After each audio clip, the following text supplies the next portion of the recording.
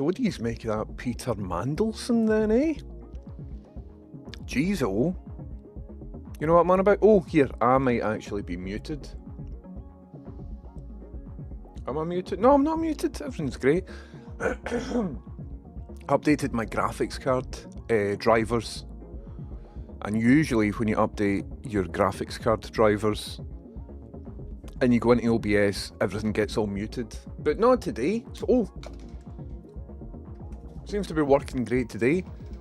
I've been up all last night making this. This doesn't look like much, but this is maybe the hardest thing I've ever had to do in my life. But I think it works. I think it works. And I don't know if it does work. I've had to do it in dollars and all of that. I had to do internal calculations. And I've had to like speculate. Oh, my hand, I can fix that. I've had to like guess at a lot of things. But here, I can tell if I'm on track. So, we're actually over track. So if you think about time here, right, it's like I forget, and you're not supposed to forget, is it? Today's 9/11, happy 9/11 everybody. So that's about here. Goodness me, 87 All Duke, how you doing? Oh, hold on, your photo isn't on the monitor. Let me fix that for you. Let me get that up for you. Boom, there you go, 87 All Duke. Well, you've no got a profile picture, but if you did do, it would be up there. 87 All Duke, welcome in, how's it going? And also, how's it even going?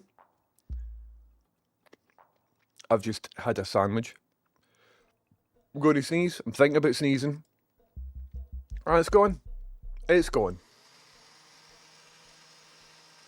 And Espadrille, how you doing? Espadrille, welcome in. How's it going and what's even happening as well? Espadrille. Well, that's a cool picture, but you just can't really see it. I wonder if I should, like, do this. And then that. But then we lose Hal. Espadrille, thank you very much for subbing. Welcome in. What's happening? Maybe we do like that. Right. And then I wonder if Hal can just kick in. That's just maybe actually a much better angle in general, isn't it? Hal's no on. So that's an issue. Well, maybe we'll just go without Hal's light today. Let's see how easy it'll be to switch on. Nah, I think I would need to stand up. Is it worth standing up to switch Hal's light on? I think it might be. Right, let's stand up and we'll switch Hal's light on, folks. Welcome in. How you doing? Hello, 87 All Duke and Espadrille. Listen, when I am standing up, please share any good news in the chat if you can share good news in the chat. My good news is, I think I've got this totalizer working. I think. But I'm not sure, but I think. So that's good. And the good news is I'm over the current goal. So basically by the 1st of October, I need to be here. By the 1st of November, I need to be there. And by the 5th of December. Realistically, it should go about there, but I've approximated it. Do you know what I mean? So look at that, we're on track. And it's only been up for a couple of days. So well done, everybody. Look at that. How cool is that, man? The Cure let me donate. I wasn't looking if the total updated though. Oh shit, I wasn't looking either. Did anybody notice if that's updated since the start of the stream? Did I see Exeldro's in? Exeldro! I am using Move Transition to hopefully, if ever there's an update, this will go. And I was trying to use Move Transition value within OBS Raw to get this number here to like dig it, type on. And I couldn't do it. I didn't know how to do it. It took me about an hour and I was like that. See, addressing the exact value for the text box. Not entirely sure how it's done. Oh, Fred's trying to barge in. 2 wee seconds, I'm going to plug Hal in because his light isn't on and it means that he's not awake. I'll be with you in just a second.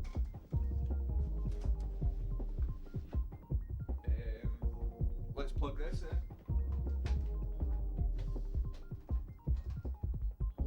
Hal should be on. Hal is now on.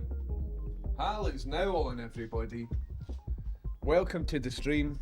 Oh, so I was up till about 5:30 this morning doing some StreamerBot software development, and it's working. I think it's working good. Thank you very much for donating there. So if you did donate, it just came through, but I don't know if that updated. I should have a sound alert. So Spelunk, regardless to if my thing's updating or not, I definitely got your the donation there, and thank you very much. That's a very generous donation, Spelunk. You're a legend. All the best for a class, wee Doug.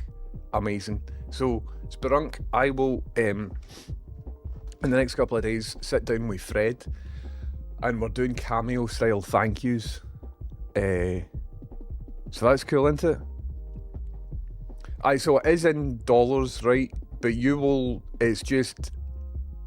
I will convert it back to pounds, but all the payment is done in dollars, which is quite annoying. So for the sake of the totalizer, last night it got to 5:30 in the morning, and I was like, do you know what? The currency can stay where it's staying, but I will put this in pounds. Like, it's some bit. I just need to dynamically calculate it. Promo 69, Hunter S. Houston, 100%, man. 100%. Put my ashes into a fist and fire it like a cannon. Am I right? With a fist with two thumbs. Welcome in, folks. So, right, if I remember 1767, because there's lots of things that might be working and might not be working. So, if I go in, so I've been told that a donation has been made, and I saw it come through here 3 minutes ago, but I don't know if that has changed since the start of the stream. Updating a number with move value is possible, but it's not easy. I see. Well, it would be a text string. So I've just realised maybe I need to convert it to string first. Don't I? So I think what was happening was maybe... Anyway, I don't want to think about it. I've got it working just now, and the text box just goes pop, and it changes to a different number. And you know what? It's absolutely fine that it isn't animated. But... So I can up... Anyway. But maximum respect to Exceldro for building the tools that me and thousands of other streamers... You can hear it in my voice. Thousands of other streamers use every day to make cool stuff. So this might move just now. What I'm going to do is test this, which will get the latest value, and move this if it needs to be moved. But I think it's already doing it itself. So if I do this, so if that value was different for the one on the website, it would have just animated there. But I think that value is the same as the one on the website. Maybe what I need to do, we need to add a sound effect, right? To make a bigger deal out of it, so that it's obvious when it changes. But anyway, listen, at the start of the stream, it's good to share any good news. And I don't know if you've been on the internet in the past fucking 24 hours, but it's kind of bad news everywhere.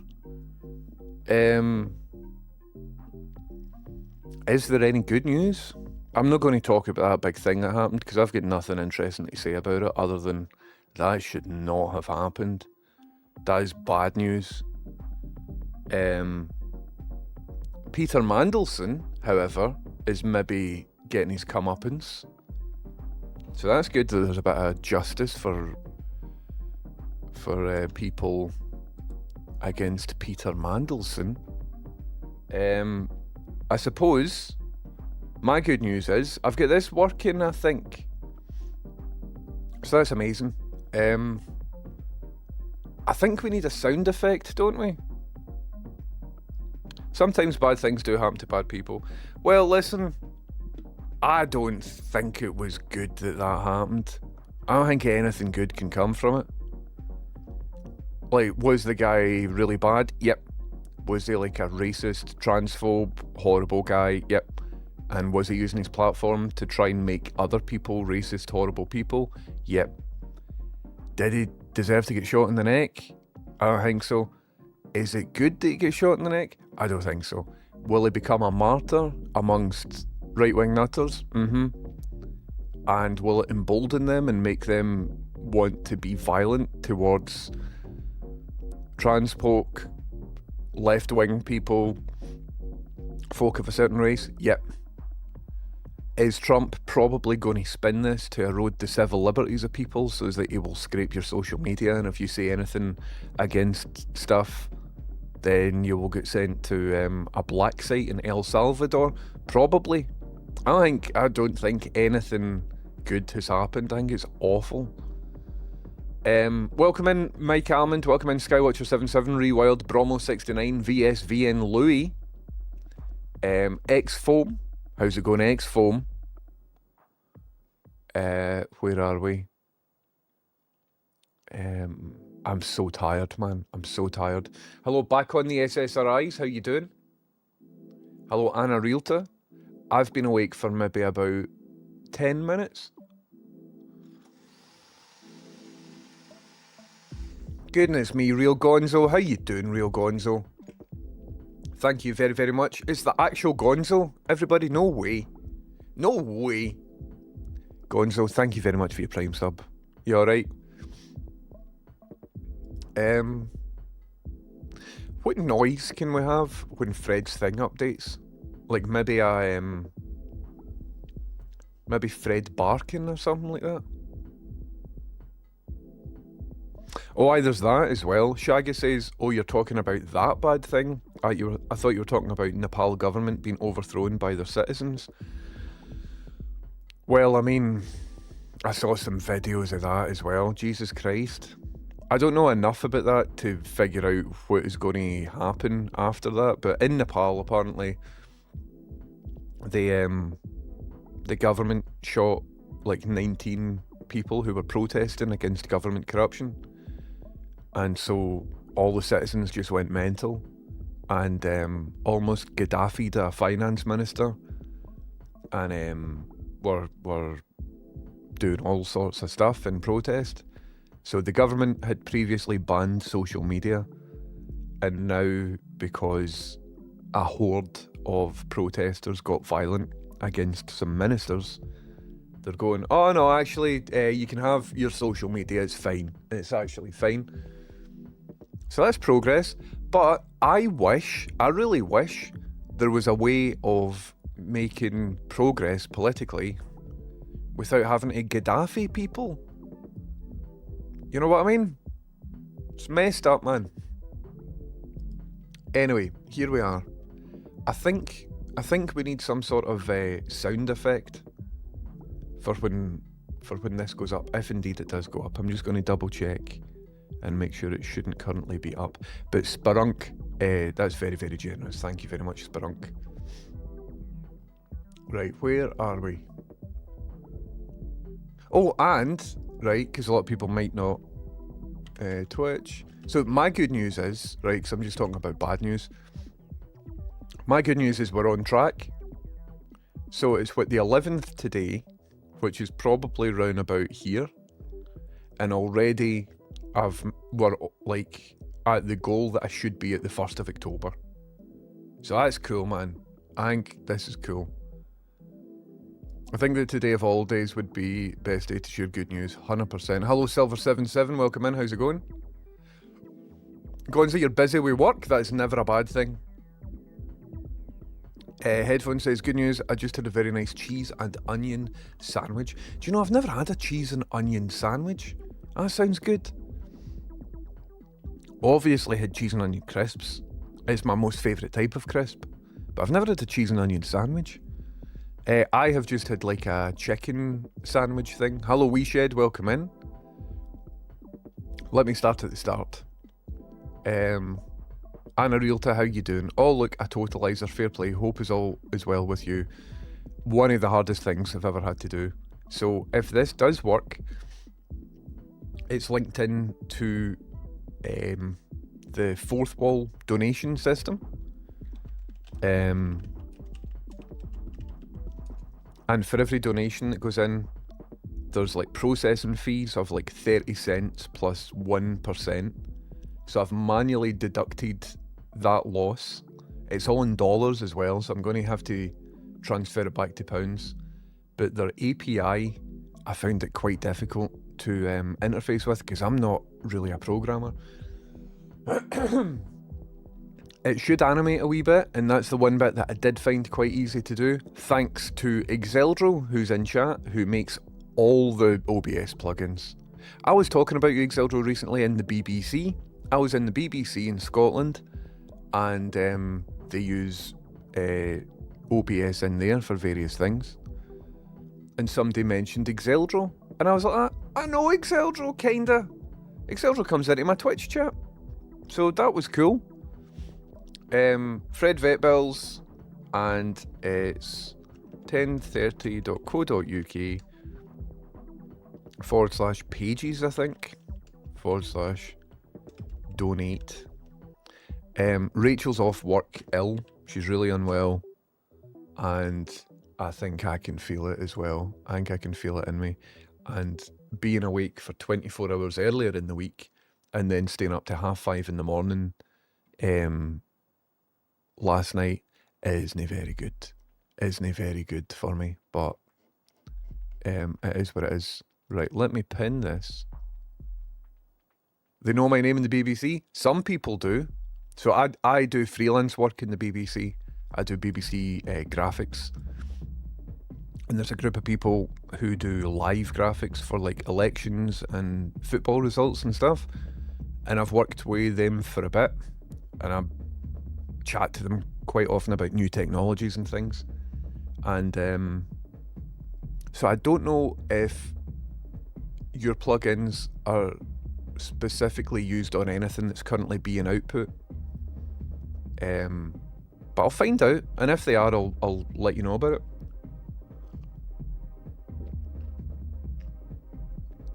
But your name came up, and the guy I was talking to went, "Oh, aye, that guy's a legend." And I'm like, "Aye, he is." Anyway, needs a confetti cannon for each donation? I think so. Well, I could do you a bubble blast for each donation, maybe. So it is in dollars, right? And I'm going to try and fix that at some point. But it means the value will be approximate because I will need to sort of live do the conversion between dollars and pounds in computer code, which means it'll be a wee bit imprecise. I liked Mike Skinner from the Streets talking about Peter Mandelson, and that's about it. I didn't hear Mike Skinner for the Streets talking about Peter Mandelson. Pudmont has just donated a tenner, and look at that, it went up. Here's to the best lad, Fred. Thank you very much, Pudmont. And look at that.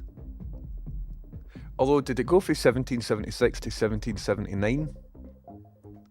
I wonder why that would have been, and why a full tenner wasn't added. Maybe I'm miscalculating stuff. Well, because the £10 would have been transferred to dollars, and then a wee bit would have been taken off the dollars. I need to have a look and see if this is all correct. But this is interesting, this is good. It did go up a wee bit. So all the money, I'm getting all the money and it's all going to the right place and all of that is working solid. But just this visualizer might not be 100% because I made it when I was very sleep deprived. So don't worry if it's not reflecting what it should reflect. This is me that did that and it's not maybe great. But Pudman, thank you very, very much for chucking cash to Fred. You're a legend. So what I'm thinking about doing today is just playing a wee video game. Do you want to just play a video game? We'll have a nice, relaxed, easy one.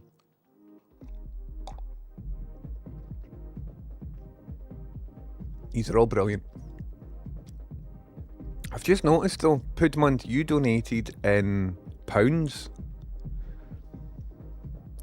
But everything else is coming up in dollars. So £10 is $13.28, right? And my profit from $13.28 is $12.13. So that should have incremented by $12.13. And I don't think it did. Oh, so Div and Inc, how you doing? I should be writing this down to see if the calculations have worked. Devon Inc., thank you very, very much for donating. And it should have went up another $12.13 because you donated the exact same. Devon Inc., thank you very, very much. All for the lovely, lovely Fred. Our dogs are our babies and deserve the world. 100%. Thank you very much, Pudmund and Devon Inc. and Spelunk. And listen, we are over where I currently need to be. So it is a lot of money that I need to raise by the 5th of December, right? But I've plotted it along like budgeting. And already I'm at the number that I should be for the start of October. So we're doing really, really well, folks. And thank you very much, everybody, for helping us out. Ry3D says, going to be lurking because I'm in the office, but I wonder if it's possible for the goal to be displayed on the CRT. That would be cool. Not only is it possible, but I did think about it. However, this doesn't move, right? So if I put it on my CRT and it was up there for 4 hours a day for the next couple of weeks, eventually I would probably have a QR code burnt into my CRT. So for that reason I've not put it in the CRT. However, I could stick it on quite easily and then maybe put a slight animation so that it slowly moves or something like that. That's maybe worth thinking about, because you're right, it should be in the CRT, shouldn't it? It should be in the CRT. We'll figure it out. But it's cool that it's updating. I think we need a wee sound effect so that I get notified, because if it updates and I don't spot it, that would be bad. I want to say thanks to people. But Ry3D, welcome in. How's it going? Anyway, so it won't be in dollars, hopefully, the next time you see it as well. And Realtor says, good news, went to a great gig last night. Danny Freyer with support from Montaigne. So much silly dance and fun. I'm so out of touch, man. I've no idea who those people are, but I hope you had a wonderful time. Hello, Mike Almond, welcome in. How's it going? Exildo says, updating a number with move value is possible, but it's not easy. I'm glad that it wasn't just me, because I was able to update other stuff with move value, and every time I use OBS Raw, I'm not too familiar with it, and I need to go in and use the tool and remember how the tool works and stuff. It's a cool thing, but I'm not overly familiar with it. So it's cool that even if you say it's not easy, means that I feel a wee bit better about my inability to do it.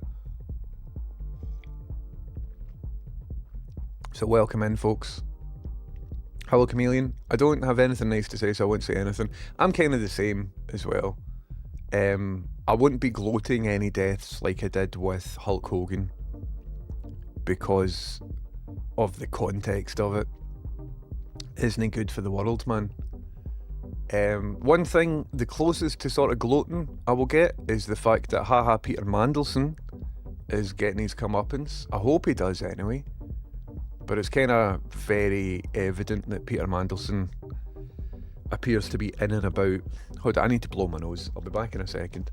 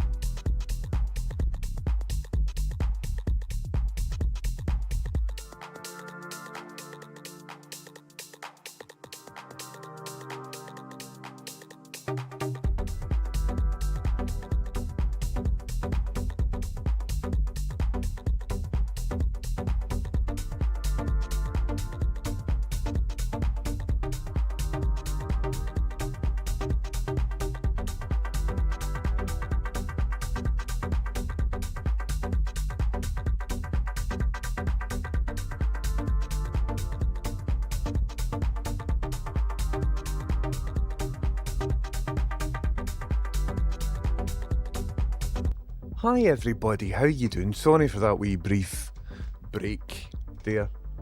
But welcome in, folks. Shaggis, how you doing, Shaggis? That went up, didn't it? Shaggis, thank you very much for the tenner. For Big Fredder's best doggo. He is amazing, right? Fred is just the bestest guy. And thanks very much, everybody, for helping out with Fred. These are legends. And I think that incremented, didn't it? So I'm going to take a wee note just to make sure. I don't know if this value is correct, just so that you know. But here's the sort of stuff I was trying to do. The only thing I get stuck at didn't really need to be done. But within OBS RAW, you can pass parameters, right? And so what I was trying to do was pass a parameter to a text box, right? And, well, no, not a text box, to a value that is within the filter. And what filter? Exeldro's filter, in order to animate stuff. So you can pass values in and things, but see this bit here? So setting text and then the text. So I was trying to pass a variable in so that I could be like total number, right?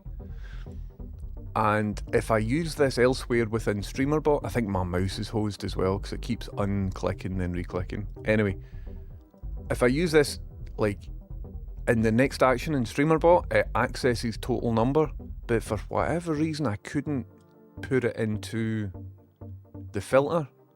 So after this bit of OBS RAW, I had a bit that activated the visibility of the filter, because with move value, you populate it, then you activate it, and only then does it animate. And I put a delay, you know, so I put a delay of like 100 milliseconds between updating this value and then launching the animation. But the text would always just show up as % total number %. So I went onto Discord and I was like, dear StreamerBot people, I would like to know, how do you do this? And then I looked at the clock, it was 5:30 in the morning. And so I was just like, I'm away. So what does that mean? All it means is when this number here updates, it just goes blip and it changes to the new one rather than go blip. And so it's fine. I have realised it is fine if it just updates like that. But you know what it's like when you get focused on something, and I was very much focused on this. Shaggis, thank you very, very much. Me and Fred will send everybody who's donated cash a wee personal cameo video. And thank you very much. Hello, John Atfield, how you doing? Welcome in. No bother at all. John Atfield, you're one of the best in the business. It's a pleasure to raid you. Nick Nell says, are we doing a live COVID test like the old days? Well, we've got a big cache of COVID tests here, but they're all out of date. And with medical stuff, I don't really care about things being out of date, because usually medical stuff, it's fine that things are out of date. But with COVID tests, every year there's a new flavour of COVID that it needs to test against. So if you're using a COVID test for years ago, and correct me if I'm wrong here, because I am not a medical professional, correct me if I'm wrong, but you can't really use last year's COVID tests to detect this year's COVID, can you? I don't even know about that. Okie dokie. Have you ever added some Easter eggs into the visuals on live TV? Not on live TV, Ultimate Mayonnaise. So I work in news, right? And you kinda, when you're doing it, like even when you're training internally and you're making stuff that isn't going to go on the telly, there's like a professional vibe of like, you don't even make a pretend joke. Do you know what I mean? If I'm learning how to make a bit of text show up on screen, if I was just doing it live on Twitch, I might just type in Jobby for that bit of text or something. Ah, I'm a bum. Something like that. But in there, you wouldn't get in trouble for it or anything like that, but there's a sort of professional culture where you just assume that the worst might happen, right? So if I put something in, something that isn't destined to go on TV, but then somehow it maybe does or something like that, do you know what I mean? You can't mess about on news. You just can't do that. Some of the music videos that I've made in the past that have been my projects, I have put wee Easter eggs in and stuff like that. But I no one, you can't really do that in BBC News, because somebody will spot something, and then like, what's the best that can happen? You know what I mean?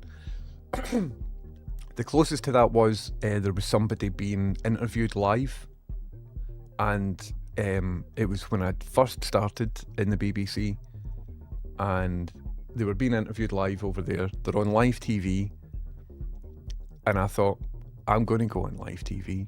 So far, far, far away in the background, you just see me kind of like walking past.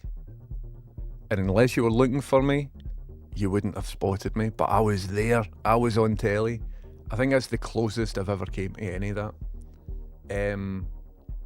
Sometimes if I'm working on something else and there needs to be a random number in a thing, like on a license plate or whatever, sometimes I'll put in 10:30, but never on news. It would be for like the title sequence of a thing or something. Silver77 says, are you able to enlighten me a bit more on ChatGPT and Apple Intelligence today, 10:30 plus? Google, good guys or wanks? That is a big question, Silver77. I'll need to break it down into bits. What would you like to know about ChatGPT? So, in here, sometimes I'll talk to the woman on the phone, and I'm like, here, what is blah blah blah, and she'll answer me back. That is always ChatGPT. If ever you've seen Hal talking, it currently isn't working just now. The words he uses are from ChatGPT's brain. Similarly with Stone Cold Steve Austin. However, I've added layers of graphics and stuff onto Stone Cold. So if ever you've saw me interact with them, that's the level of utility that you can get out of ChatGPT. Now it's even better, I guess. I wouldn't trust it with like facts, funnily enough. Hard facts, sometimes it can get wrong and it can just make it up. However, if you're awake at 5:30 in the morning and you're trying to code a totalizer for a dog's cancer treatment and you don't really know how to program stuff very well, ChatGPT can surprisingly be of a lot of help. Apple Intelligence, I haven't used it personally. However, Arno Boko, how's it going? Arno Boko, thank you very, very much for subbing. Welcome in. What's even happening? Wang Computers, amazing.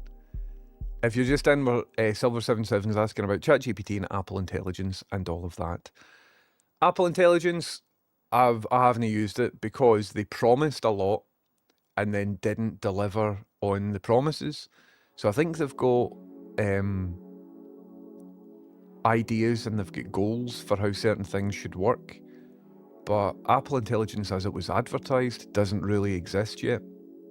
So I think it exists in some capacity, like if you get an email it'll try and sum it up on the notification or something like that, but anytime, it isn't on my phone. I've got a very old phone, and I don't think I'm going to be getting one of the new phones. I was looking at my finances last night and I was like, oh here, I changed my phone tariff. I'm now paying £30 a month or less on my phone bill, and I figured out how to do that last night, and I feels really good. I've been doing a lot of work to push finances about, and I feel good about it all. And Google, so Google is a lot of different things. Plus Google, good guy or wank? I mean, that's a big question there. I still use Google for Gmail and things. Google as a search engine isn't what it once was. I had to modify a Google phone for my mum recently, and it just seemed like in the menus of the phone there was like ads, there was bundled crap. The design, I wouldn't buy a Google phone, put it that way. Although this one was quite old, I guess. It was the Google OS, whatever it is. I once went for a job interview with Google in London in Great Marlborough Street. It was about 2008. And I expected to go in and for everybody to be like running about on segways and for like big ball pits and pizzas and all of this sort of stuff. And it wasn't like that. It was like a really depressing call centre. And there was just rows and rows and rows of these desks. And on every single desk was a big bundle of energy drink bottles. And it just looked really depressing. So that's one of the reasons why I don't work with Google in London. However, if they offered me a job, again, depending on what it is, because there's a million different bits of Google, but at that point as well, I couldn't afford living in London. I couldn't afford living in London just now. And Realtor says, what if the totalizer pops up on a CRT for a few after a donation, kind of like the profile pic show up? That's a good idea. I'm into that. It's a very, very good idea. So let's see if we add a scene here. And then this. Right. And then I just don't want screen burn in my monitor.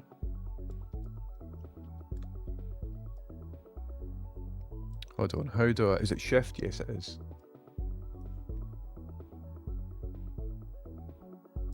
Do you know, that looks really cool on a CRT. It looks like Mission Control or something. Oh, I'm into that. Although you can't really see, because we've got the screen, like you're viewing it via a camera, it doesn't look as good on my output when I'm watching it on Twitch, but it looks really cool in person. I wish you could all be here and see this. I think because I'm in focus as well, so if I go over here, that will be in focus a wee bit better. That looks awesome, man. This screen's great, like in person. See if this was in an art gallery setting or something. It is, however, making the distortion in my screen a bit apparent. You see how wonky that line is? So at some point I'm going to try and fix the guns, but it's so out of focus that I don't think the QR code will be readable even. So I could make that bigger and stuff, but then, as I said, I'm scared of that burning into the screen, because with CRTs, if it shows the same image for a length of time without the image moving, it can actually physically burn the inside of the phosphors on the glass. So for that reason, I'm going to take it off the screen. But it does look cool on the screen, it definitely does. Everything's a work in progress, so don't worry about it all. So I'll stick it there. We also, I think, need a wee picture of Fred, so we know what's going on. But we'll figure it out. Silver77 says, regarding privacy and the nature of data collection, etc. Well, Google, that's why Google exists, is to create a profile for you that it can then sell to advertisers. So a lot of people think Google is a search engine, a company for a search engine, and that is something that they do, but Google is all about creating ad profiles for people. But I've no idea. I don't really work in information security or anything like that. So I'm not too sure how dangerous certain things are. I know a lot of people who refuse to use Google and will use like different email providers and stuff like that. I don't know. I think if you've got anything, if you're doing anything like criminal and you're trying to hide it, I don't think anything you can use nowadays will be impervious to if somebody wants to snoop on it and they're in some sort of intelligence or government position. I think everything you do on the internet can probably be traced. Just always assume that if somebody really wants to get in and see stuff, they will. And so there's different ways, like for if you're just a citizen living a legal everyday life, Then obviously privacy is quite important to you as well. But to answer your question, don't fully really know. I'm not overly paranoid about privacy and things. I will still reject all the cookies. I will still use things that block tracking cookies. I use Mullvad VPN. I use Mullvad browser. I've got Pi-hole installed at home, which gets rid of lots of ads, but also gets rid of lots of malware stuff and tracking websites and things. But even then, who knows? Who knows, really? And in terms of ChatGPT being data harvesters, I honestly couldn't tell you. There have been reports that if somebody's asking ChatGPT to like figure out how to make bombs or something like that, I think it can contact authorities, but I don't know. I don't have any solid evidence that that has that is true, or if it's just internet stuff. Here's a link for the Mike Skinner clip. Alright. How good is this music, by the way? Peter Mandelson went mad in the 80s. Peter Mandelson lost it, according to this YouTube description. He started hearing voices in his head and shit, telling him he could kill Tony Blair and shit, but he came back from it. He came back. What is this? What the hell's the deal with Peter Mandelson, folks? So I wonder if his career's gubbed, or if he'll just get away with it like greaseproof paper. Right, in order to play this, I think you need to be able to hear the output of the thing, and in order for me to show you the output of the thing, I need to do this, and then I need to do this, and then I need to do that. There we go, and now you should be able to hear this. Peter Mandelson, right, went mad. In the 80s, Peter Mandelson lost it big time. You can't hear that, can you? 2 seconds. I updated stuff, so all my audio settings are all whack. Wavelink. OBS. Alright, not that one, but that one. Yep. You should be able to hear it. He started like hearing voices in his head. How does Mike Skinner know about Peter Mandelson? Peter Mandelson, I think, is in about it. If it turns out he's an agent for Mossad, I wouldn't be surprised. But certainly the evidence recently would suggest that he's very familiar with Jeffrey Epstein, to the point that he was more or less admitting things via a birthday card to Jeffrey Epstein that's only been discovered recently. But what has Mike Skinner got to say about it? Peter Mandelson, right, went mad. In the 80s, Peter Mandelson lost it big time. Is that what you're going to do that now? You're going to throw Mandy? He started like hearing voices in his head and shit, telling him to like kill Tony Blair and shit. He came back from it, man. You know what I mean? He fucking came back. That's it.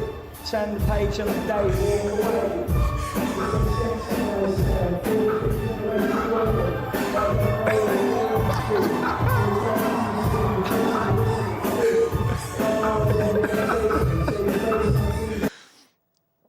That was cool. Just casually be like, right, 2 wee seconds. He had more stuff that he wanted to say there. Who knows, man? I don't think that Mike Skinner was in a good frame of mind there to be saying stuff that we should pay attention to, even if it does sound quite interesting. But who knows? You never know, man. You never know. And no offence to Mike Skinner with what I've just said, but I've not seen that before. That's kind of cool, isn't it? Deary me. Hello, Spiked Floors. How you doing? Hello, Neil Slorns. How's it going? Bromo, thanks for that clip. That was good. No, these are not prescription. These are just tinted ones. And they are polarised as well, which is kind of cool. Just got them off AliExpress. Here, everybody. AliExpress for your glasses. They're always less than £10. And for my actual prescription glasses, again, I just got the frames from AliExpress. and then took them to my actual optician to put the frames in, to put the lenses in. Highly recommend it. So these are a pair that I got as contenders to then put real lenses in, and I just haven't taken them to get lenses put in them. But I think I could, maybe not tinted ones, but if these were just regular glass, I think I could maybe get away with wearing them as an option. Daddy Freer, says Anna Realtor, and Anna Realtor went to see them last night at a gig and was dancing. Daddy Freer was an Icelandic Eurovision entry for 2020 who made himself viral instead. And Montaigne, I hadn't heard before, but amazing Australian act, so worth checking out. Amazing. I'm glad you had a good wee night. Hello Spoggers, I finished this, but even then it's a bit ropey, man. It doesn't really, don't fully trust the values. So if somebody's donated, but this isn't updating right, don't get worried. Don't be like, at 10:30 is a scammer, I put so much money in, but the thing only showed, I've probably set this up wrong. So one of the things today is for me to just test this out. But all of this isn't really the point. The point is we Fred the dog. And the point is thank you very much everybody who's chucked cash in so far, because today is only the 11th of September, which is about here. On the time, the axis is all wrong as well. So it looks as if it's measured in time rather than money. It literally was 5:30 in the morning before I went to bed. I was just like, you know what? But you can understand, this makes sense, doesn't it? By the 1st of October, I should have raised the amount of money that we have raised already. Do you know what I mean? So this means we're on track. This makes visual sense, doesn't it, kinda? And then down here, what is annoying is it's in dollars. So I'm going to fix that, but it requires even more maths and stuff. You know me, I've done a lot of difficult things before. And this doesn't look like much, right? Because lots of people on Twitch have got different progress bars and totalizers and stuff. But this here was so far out my depth. This is me creating something that calls a custom API endpoint that all has to be just... It took a wee while. So it's a work in progress. The man that has been pushed out of or resigned under dodgy circumstances of pretty much every job he's had. Aye, Mandelson seems like a bit of a nutter, man. Wild, innit? Two Crooked Fingers says, then again, probably not. Starmer will still... Well, who knows? Unrealta says, hiya Jimbo. In his Hunter S. Thompson phase and sleep deprived, possibly sick, glasses are a shield sometimes. I am hiding behind my orange tinted glasses, if that's alright. Anyway, I do like sunglasses when I'm not feeling great. See, just putting on a pair of shades and going outside is a lot better than going outside with your bare naked eyes. Shaggy says, it depends on how OBS RAW handles variables and syntax. That value is looking for a string, so you would need a string variable.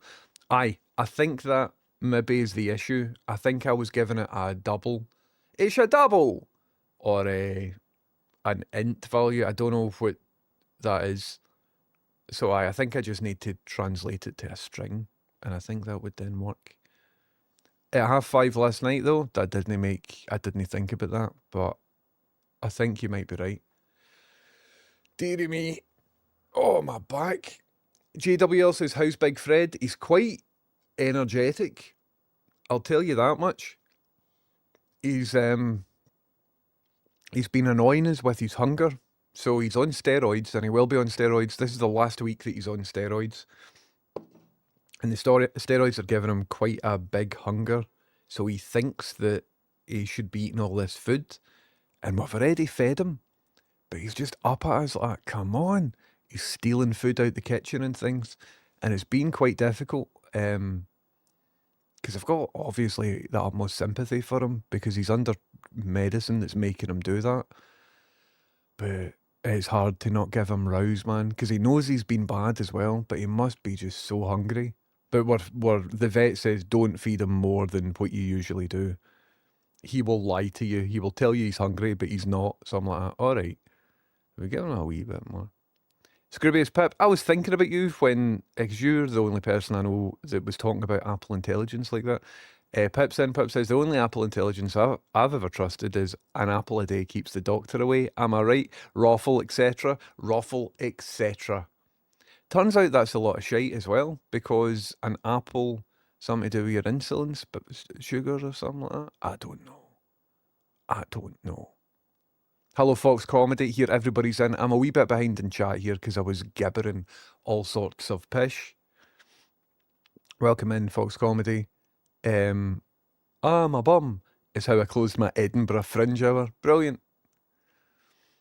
I think my bum came from a tweet that my mate did where he was complaining that you can work on a project for 8 months and you eventually release it into the world. And it's got maybe like 10 likes, 3 retweets. But then if somebody steals your phone and creates a tweet saying, my wee bum's sir, and it's like 500 retweets, 15,000 likes. And it's the way the world goes. I had something similar when I did a Ko-Fi integration before StreamerBot had it, and I have to store the value as a global variable, then call that value and pass that as a string into OBS raw command, all easier via C# and StreamerBot. That's exactly what I've done, Pudmund. I've done that, and then I've added a layer of animation as well using Exceldro's Move plugin. I think the Ko-Fi API endpoint is a wee bit easier than the Fourth Wall API endpoint. I had to... Something that really tripped me up, just because I've never dealt with it before, is it wanted the authentication to be base 64. And I'd not done that before, so I was trying to feed it with like the username and password in a bracket that said base 64 next to it. I had no idea how to like create a base 64 string out of a username and password. I lost about 2 hours of my life until I figured that bit out. It was difficult, but now if I need to do that again, I'll be a wee bit better at it. I'll be a wee bit easier at it. The liquid in the COVID tests goes off and it's less effective is all I know. I see. I don't think I've got COVID. The very centre of the QR code is wee Fred Dog. He's a good wee guy. Hello, Fox Comedy. Welcome in. How you doing? Pudmon says, in an old job, when I had terrible clients, I'd put my tiny wee text in the AutoCAD files, calling them out as minuscule words you couldn't see. Until one point, I bet they would see them. I bet they send the files to a laser engraver, and the engraver spends a long time just on a wee bit. And they're like, what's that? They go into the CAD, zoom in, enhance. Deary me. Sorry, Silver77's asking, how secret and safe is ChatGPT and Google and stuff? ChatGPT, I wouldn't give it any of my company's information. I wouldn't give it phone numbers of my colleagues or anything like that if I had to do things. In ChatGPT, I've got a spreadsheet of everybody who's donated to Fred, for example, and it's got all their email addresses in it. Imagine for some reason I had to go into that and extract only the people who lived in the UK for something. I don't know why I would need to do that, right? But that's a job that ChatGPT could do if you just gave it the spreadsheet and you're like that. If that information was somehow in the spreadsheet, maybe I've got their addresses or something. This is hypothetical. That's something that ChatGPT could do, but I wouldn't currently trust it, given it private information. I would believe that would be a violation of GDPR. And who knows, man, these big LLMs are just asking to be hacked at some point, aren't they? I'm sure they're secure and I'm sure everything's good. But I wouldn't trust it with, like I was working on this last night, right? In order to get this working, I need credentials. I need my username and password for a couple of different accounts that go into the payment process system and all of that. And every time I was asking ChatGPT various things to do with computer code, I was copy pasting it. I'm like, this doesn't work. Do you think it could be a problem to do with blah, blah, blah? But every time I'm copy pasting it in, I'm making sure that I'm not copy pasting the username and password into ChatGPT, because who knows? It might be fine, but it also might not be fine. So I don't know. How is the woman recently? Feel like we've not chatted to her in a while. I think she's all right. I think she's been updated a wee bit. I've used ChatGPT to learn how to set up Linux network namespaces. Excellent resource to learn CLI. It really is. See if you're learning how to really do anything on a computer. Providing the thing that you're doing on a computer has had people on Reddit ask about it in the past, or if it's part of a GitHub repository somewhere, ChatGPT can be very, very useful for it.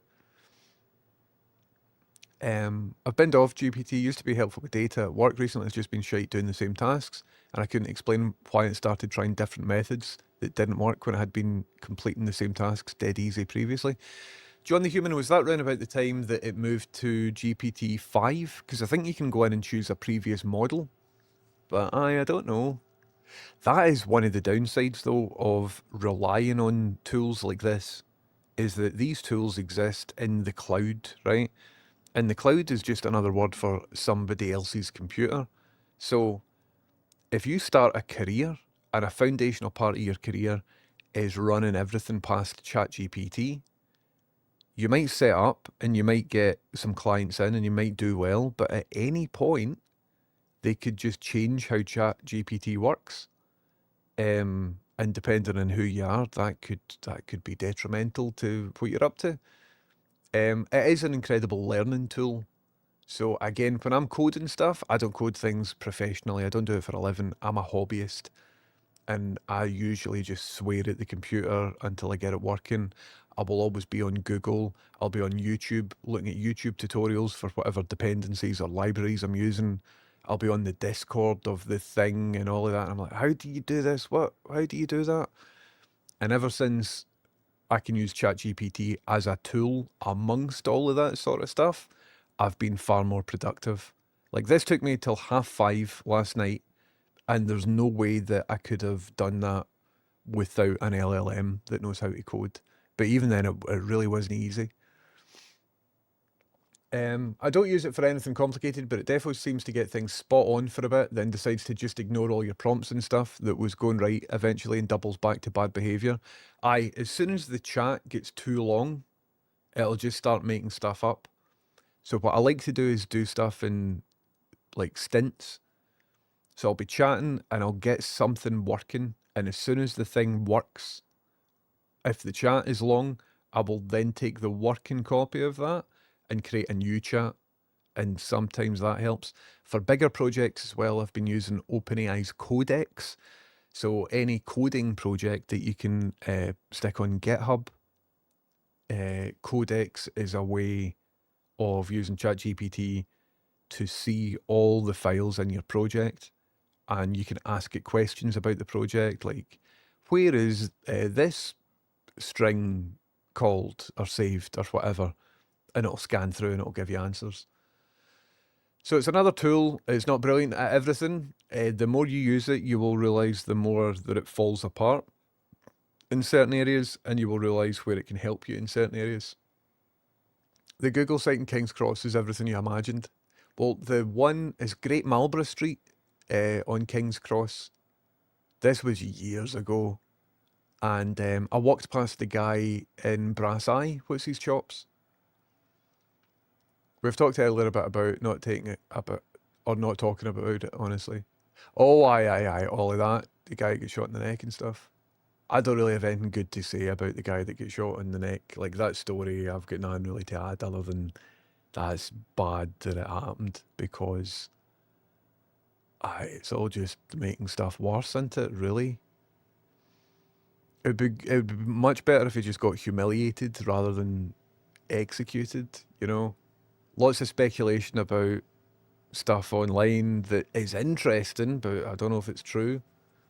It's weird. Make it bouncy like the DVD logo to avoid burning. Aye. Have I still got my DVD logo here? I think I do.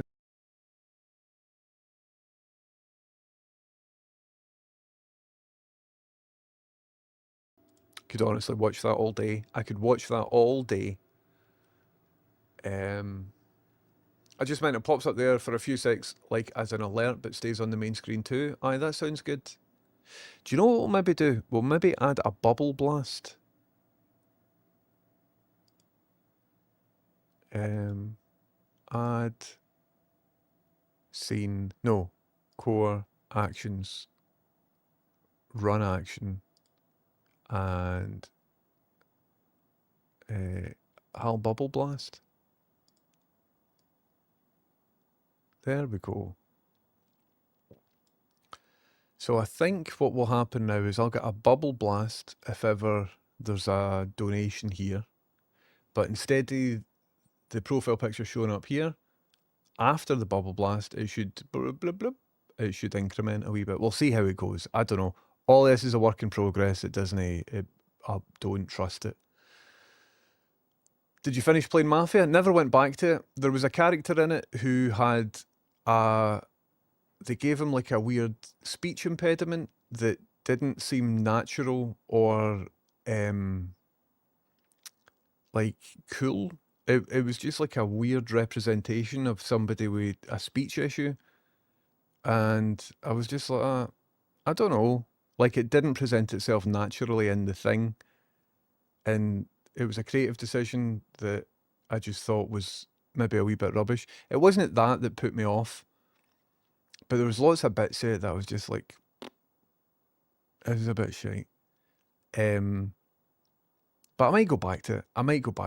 I realised after I'd bought and played a bit of Mafia that the original game is in Steam. So I should have just got the original game because it's just a couple of quid rather than the remake.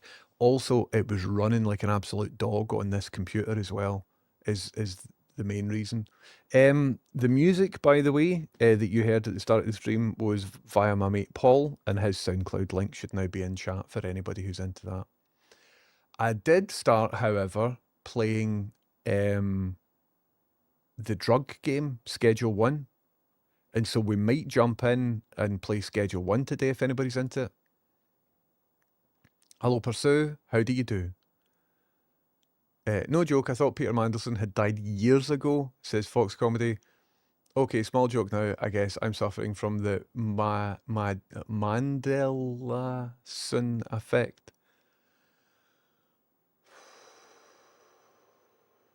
Fox Comedy's a professional comedian. Like, you do that for a living. If there's a mod in, could you ban Fox Comedy, please? Thank you very much. How's it going, man? That was good work. That was actually quite good work. You like your jokes? Here's one for you. Learned this recently. I typed it in Roscoe's chat, right? And it was that bad. I saw him read it. And he was just reading down and he went... And he just skipped it. Because the joke was so honking. Here is the joke. Why do Norwegian warships have barcodes on the side of them? To Scandinavian. It's good, isn't it? It's good. I liked it. Anyway. Mike Skinner's underrated. Pip says, I bloody love that video. I want to know more about the video. I love that he's just casually like, right, 2 seconds, I've got a gig to do, right? I want to know what more Mike Skinner was going to say. That was funny. Where do you think the 10 grand sunglasses came from? Literally £7. Man, YouTube chat is fucked. So I'm currently streaming on YouTube as well, right? There's somebody on YouTube. All they've said is, what exactly are you doing here? Good to see you as well. Hi there, YouTube chats. They just typed underneath, can't understand. Understand this. Mike Skinner coded that chat after the gig. 100% he did. Tom Cardy, there's a name that I don't know. The sunglasses and earbuds are giving 70s FBI agent vibes. Aye, I look like somebody who's maybe getting a bit too into rifles. You know, that sort of guy. Anyway. Imagine Fred gets proper buff on the steroids as well. Well, that's what I was wanting to do. When the vet says don't feed Fred, because he's on steroids, he thinks he's hungrier than he is. Mentally in my head, I'm like, not only am I going to feed him, I'm going to get him doing weights as well, man. Fred's going to get hench. Do you think you could teach a dog how to do barbell stuff? Like, I would assist him, obviously. I'm not a monster. You know, I'd spot him and stuff like that. Get some high protein stuff, get some egg whites on the go, get some creatine, broccoli and chicken. But nah, I didn't do Hello, my dwarfer. Welcome in. Hello, Lucy Kelly. Lucy Kelly says, hello, just get back from a dog walk. I got absolutely drenched in a downpour. I had to pick my little pal up and run back home with him as he couldn't open his eyes with raindrops being so heavy. The good news is we're now lucky to be all dried off. He has a treat and I have a lovely mug of tea. That sounds all cozy and wonderful, Lucy Kelly. That sounds like a passage from just a nice book that you would read your Wayne before they go to bed. That's cool. John the Human says, it was around GPT-5. It wasn't immediate. It just started trying more and more complicated methods until I said, have a look. How did you use to do this? And it went, oh, aye, that's much easier. I got into a situation last night. It was offering me solutions. They were just bogus, man. I was like, no. Also, recently, I've said, could you do this, this, and this? And it's done this, this, and this. But it's like, oh, I also did this other helpful stuff. And I'm like, I never asked for that helpful stuff that isn't helpful. So it is just constantly in a flux. But I think it just shows when you're using these tools, you need to be aware of what it's doing, right? You can't just say, could you do this for me, please? And then just not look at it. Like, vibe coding, right, means different things for different people. On one side of the scale, it is for people to hit tab that auto completes their code in Cursor or something. The other side of the scale is somebody that just doesn't even look at the code. And they guys aren't going to make good stuff with it. I think I'm somewhere in the middle where usually if I'm working on something, it's the first time that I've done that thing. So I'm trying to learn how stuff's done. So if there's a thing that isn't working, I will try and get it working with ChatGPT.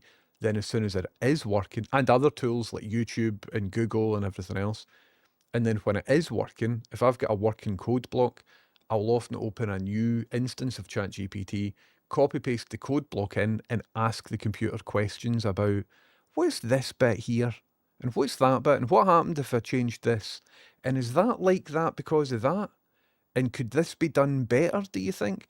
And what would happen if instead of doing that, I needed to do that? You know what I mean? So it's about your own curiosity and about your own need for it. But the more people use it, the more they will find if it is or isn't valuable for whatever it is they need to do. But just like anything, like if you're building something, you need a level of creativity and curiosity to get something done. And even if you've got tools like this that are wonderful, I mean, it depends how complex the thing is that you're building. But it is another tool in order to get to the end. But people that think that it can all just do it for them are the ones that maybe will make mistakes or maybe will end up like that guy, you know, the Glasgow's Willy Wonka experience. That guy used ChatGPT to do that full thing. And he's a bad guy, right? I'm not painting him like a victim or giving him an excuse or whatever. But I've used ChatGPT and I've come up with like a terrible idea intentionally, you know. And she'll reply to me, wow, that's a great idea.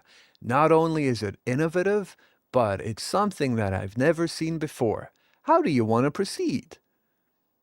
And if you're a wee deluded guy for wherever it is that he grew up, he might think his idea is good, and then this thing is gaslighting him into actually making it a reality. And so I don't know. Different people will use it for different things. All I can talk about is like the utility that I'm using it for here. A couple other things, like see putting this light off and on, like this, right?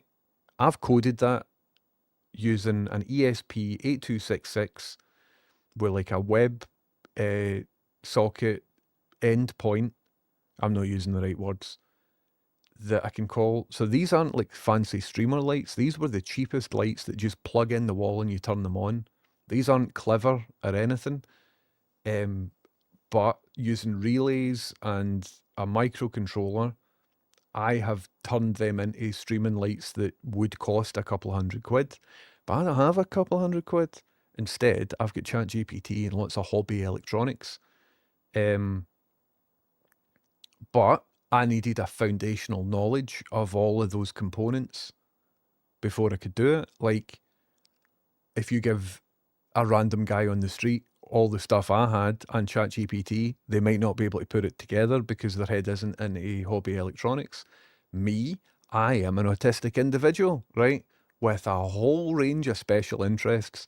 And usually those special interests can be kind of difficult things or areas of specialism that requires like institutional knowledge and all of that sort of stuff. And for me, I can't often speak about those interests to my mates or to a taxi driver or to my family or to Rachel because all these people don't give a fuck about hobbyist microcontrollers, right? I can speak to people on forums, but you know what people on forums are like these days. You know what I mean? You don't know who you're talking to. So for a lot of my special interests, making lights, fixing a CRT television so that it's RGB modded, making a replica of HAL 9000 for 2001: A Space Odyssey that talks to you back, all of that, creating a live visualizer for an API that isn't very well documented, blah, blah, blah.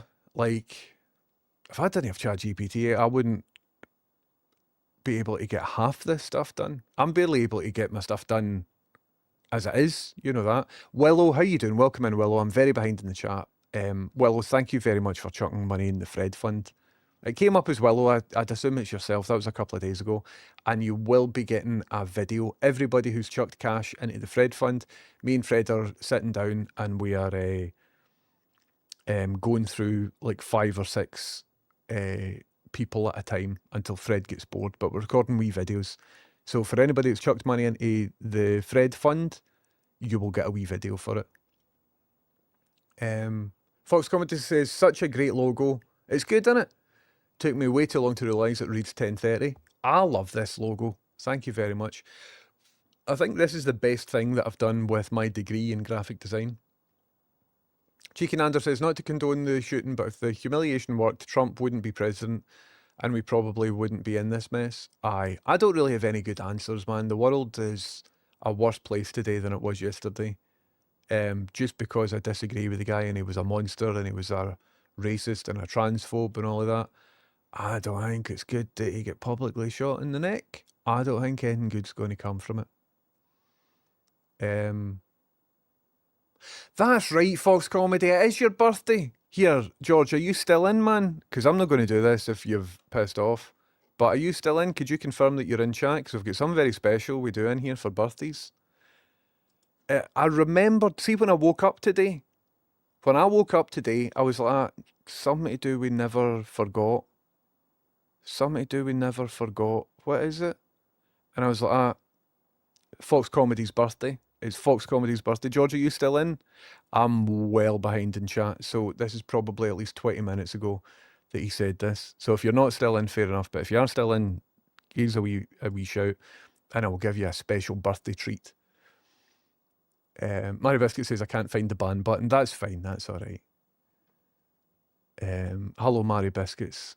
Shagga says, because he's Scandinavian. Did you get the punchline in first? Fox Comedy's fucked off. Fox Comedy's away. Thank you once again, Willow. You're sound. He's away. He's away. I think he's away. He's away doing birthday stuff, to be fair to him.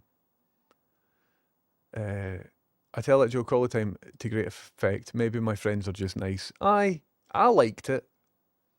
Anyway. Why does YouTube even have a chat? I know. I don't know why I'm streaming to YouTube. I'm giving it a shot. See if you're on YouTube, watching me on YouTube just now, come over to Twitch. It's better. It's better. You've got a chat there. I can monetize you. Can't make any money off you watching me on YouTube. Come over to Twitch. Oh, it's brilliant. Anyway, I'm doing a Sheila, 100%. Unreal. It's like, what the fuck are you doing here, YouTube chat? Here, let's not set the Twitch people against the YouTube people because tribalism, you know, we can't have that. Anyway. Fred, eat clean, train hard every day, 100%, get swole. Swole doggo. More like bark bells. I love it beneath the headphones. Deary me. Deary me. I think I might play a wee game of Schedule 1. Rock and Tony says, aye, what's a more efficient way to do X is the way to go? Aye. Have you tried Strangers on the Bus? I haven't. I haven't sparked up conversations with people on the bus about speedrunning Sonic the Hedgehog 1, for example. John the Human says, forums used to be great, we need to get them back. Well, Discord has kind of ruined pockets of specialist knowledge. Discord can't be scraped by search engines, and for the majority of hobbyist projects that used to share their knowledge on forums are now hidden behind Discords, and Discords are hard to search and stuff. So if you've, and Facebook groups as well, if you've just got, I don't know, a brand new 3D printer, right? And you want to know all the, because 3D printers aren't perfect, there's certain things that you need to do with certain models in order to get the best out of them. You used to just be able to Google that, but now all the knowledge is hidden away, and unless you know what Discord to go to, and unless you've joined at the right time and all of that, you might not see what the result is. So, I don't know what the solution is there. Anyway, I agree, we lost too much knowledge to Discord. So, I just literally, yep, we're on the same page, 100%. I was surprised at how bad I felt for him. Managed to go over it now, though. See, that video was awful. So I saw the video, the far away video, then I saw the close-up video, and I recommend, if you haven't already seen it, try not to stumble across it. Because it wasn't very good, man. And even my worstest enemy, I wouldn't wish that upon them. Anyway, so hopefully he doesn't become a martyr. But instantly Trump came out and says, he is a martyr. Charlie Cook, he's a martyr. And I'm like, oh, brilliant. So he's trying to spin it to fucking... I predict what will happen is America...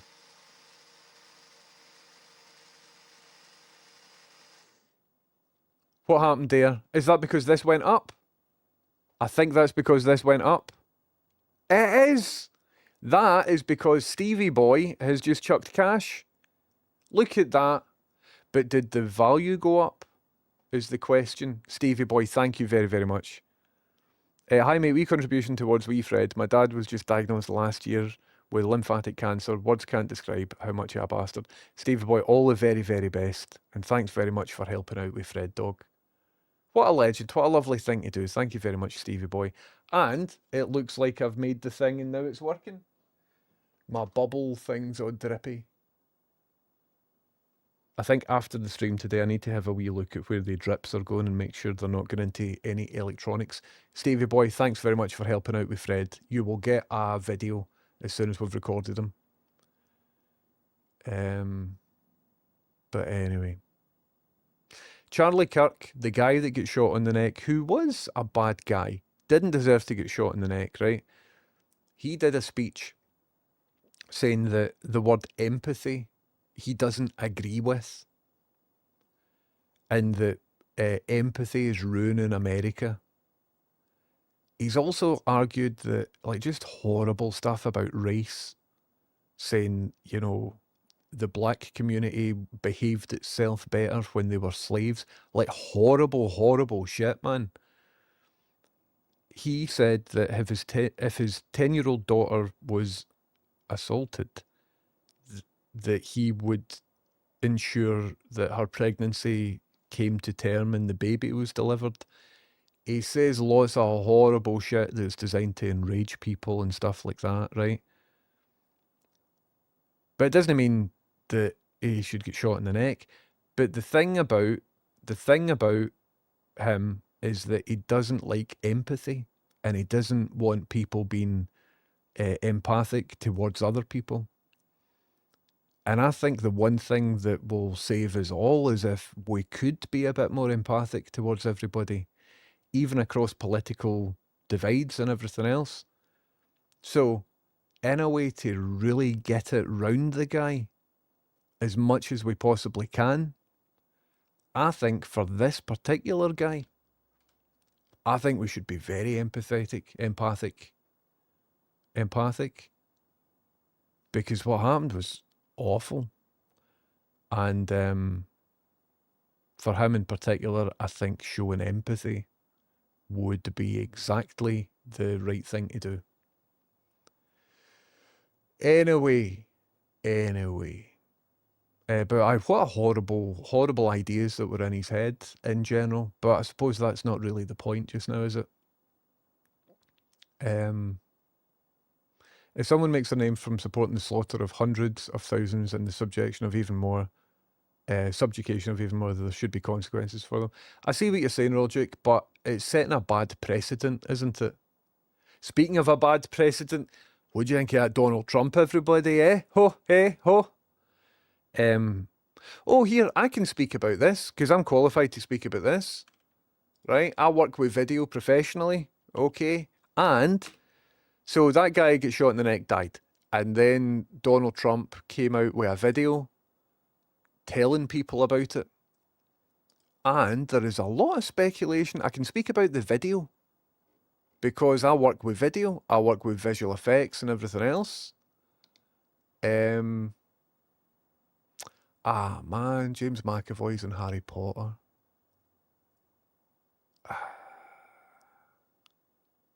Or the audible version of it. Anyway, sorry.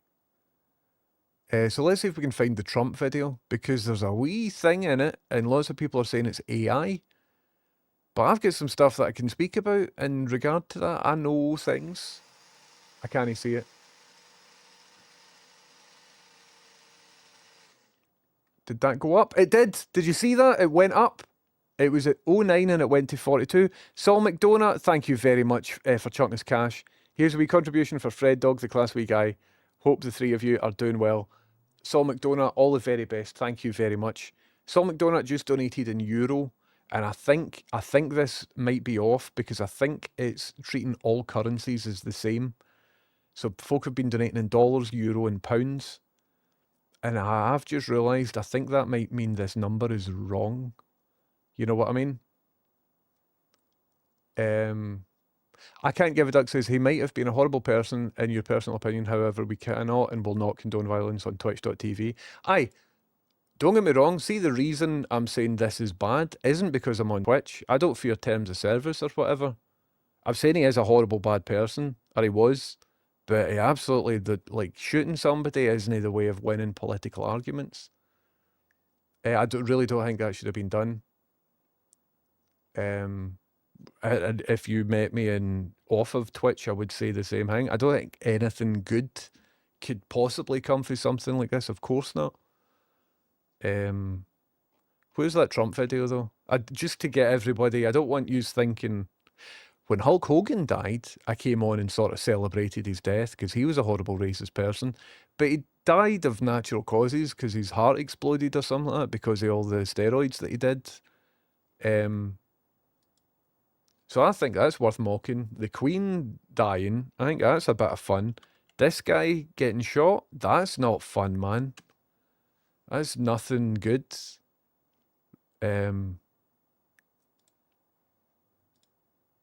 So, have you seen this video? I'll get to the bottom of the chat. We will speak about this video. But before I do, have a wee look. So it's around about 18 seconds in. Look at his hands, right? Look at this guy's hands. Do you know this guy? Shock and horror. Charlie was a patriot. What? What happened there? After horror, look at his hands. Can I change the playback speed? Did you see his hands? Let's zoom in a wee bit. Goodness me, that's about to go up again. Yes! What happened there? Connor, thank you very much. Gone, Fred, you wee legend. Connor, thank you very much. And Saul McDonough, thanks very much. And Stevie Boy as well. And Shaggis earlier on. If you've chucked money into the Freddy Fund, me and Fred will give you a personalised video. It might take a couple of days for us to do it. Because he's a busy dog, man. But we will get it done. And thank you very, very much, folks. Thank you very much. Right, so look at the guy's hands. Charlie was a patriot. Do you see that? I'll turn the volume down so that we can. So this is the official Donald Trump Twitter account. It's an official video that Trump put out, telling of the death of this Charlie Kirk guy, right? Look at the shirt. See when the hands lift up? Look at the shirt behind the hands. It just morphs. So a lot of people are speculating. So the hands are there. So this video is playing right now. You might not be able to tell. But the video is playing. Do you see that? Do you see that? Like, see the hand that's been covered? That's sort of in a fist? Watch it. So it's going to lift up. And there is definitely a weird visual aberration. Something that's happening. Is it just an artifact of encoding? No, it isn't. No, it isn't. See if I skip around, like all of this point in the video, and this video is 4 minutes long, right? He doesn't move his hands, doesn't move his hands much, right? But see that visual aberration? It happens here, and look at that change between here and here. You see that on his shirt wrist, between there and between there. And that is the exact point that this wee funny move thing happens. There and there, right? And I promise I'm not going mad. I've been looking at videos professionally for more than 30 years. I've worked in all manner of broadcast. I've done visual effects. I've worked with AI tools and all of that sort of stuff. Something is happening here, and I will tell you exactly what it is, right? I will tell you exactly what it is. But first, Bob, look at that. That's a lot. That one is a lot. Beneath the Headphones, Jesus Christ. Thank you very much, Beneath the Headphones. My God, you're a legend. All the best to Fred and all the best to yourself. Thanks very much, Beneath the Headphones. We'll send you a wee video. What a legend, man. Thank you very much, everybody. We're already over the goal, like October's goal, and we're only on 9/11. We're only about here time-wise, and we've already got to here goal-wise. So thank you very much for this, everybody. These are brilliant. If you're just in, I'm talking about this, and I can talk about this because I know about video, right? Something I do know professionally. People pay me money to work with video and everything else. There has been a cut. There's an invisible cut. So a lot of people said the full video is AI. It's AI. It's a fake Trump. They have entirely faked the full thing. I don't think they have. I don't think they have. There's a lot of people online that say, yep. Somebody's in a big conversation with Grok on Twitter. Grok's just making stuff up, saying, well, there's a 3x3 grid of still images. There isn't. What's it talking about, a 3x3 grid? Do you ever find this, that like as soon as something that you know about your industry is being discussed in public, and everybody's talking with such conviction, and you're like, well, that's not true, man. That's not the case. Don't get me wrong, I don't like this guy, right? And see if it's fun to think that it's AI and stuff, then that's one thing. But what I care about is the absolute truth. And the truth is, there has been a cut. So at the start of the video, he's like, all right, guys, this video... Hey, everybody, welcome back. Sorry I've not uploaded in a while. Without further ado, let's get into it. And then he starts talking about, like, after... Bop, that bit there. You see it? Bop. After that bit there, he's talking about Charlie Kirk and all this sort of stuff, right? But that bop, I reckon, is just he was chatting too much shit at the start and they had to get it down to 4 minutes.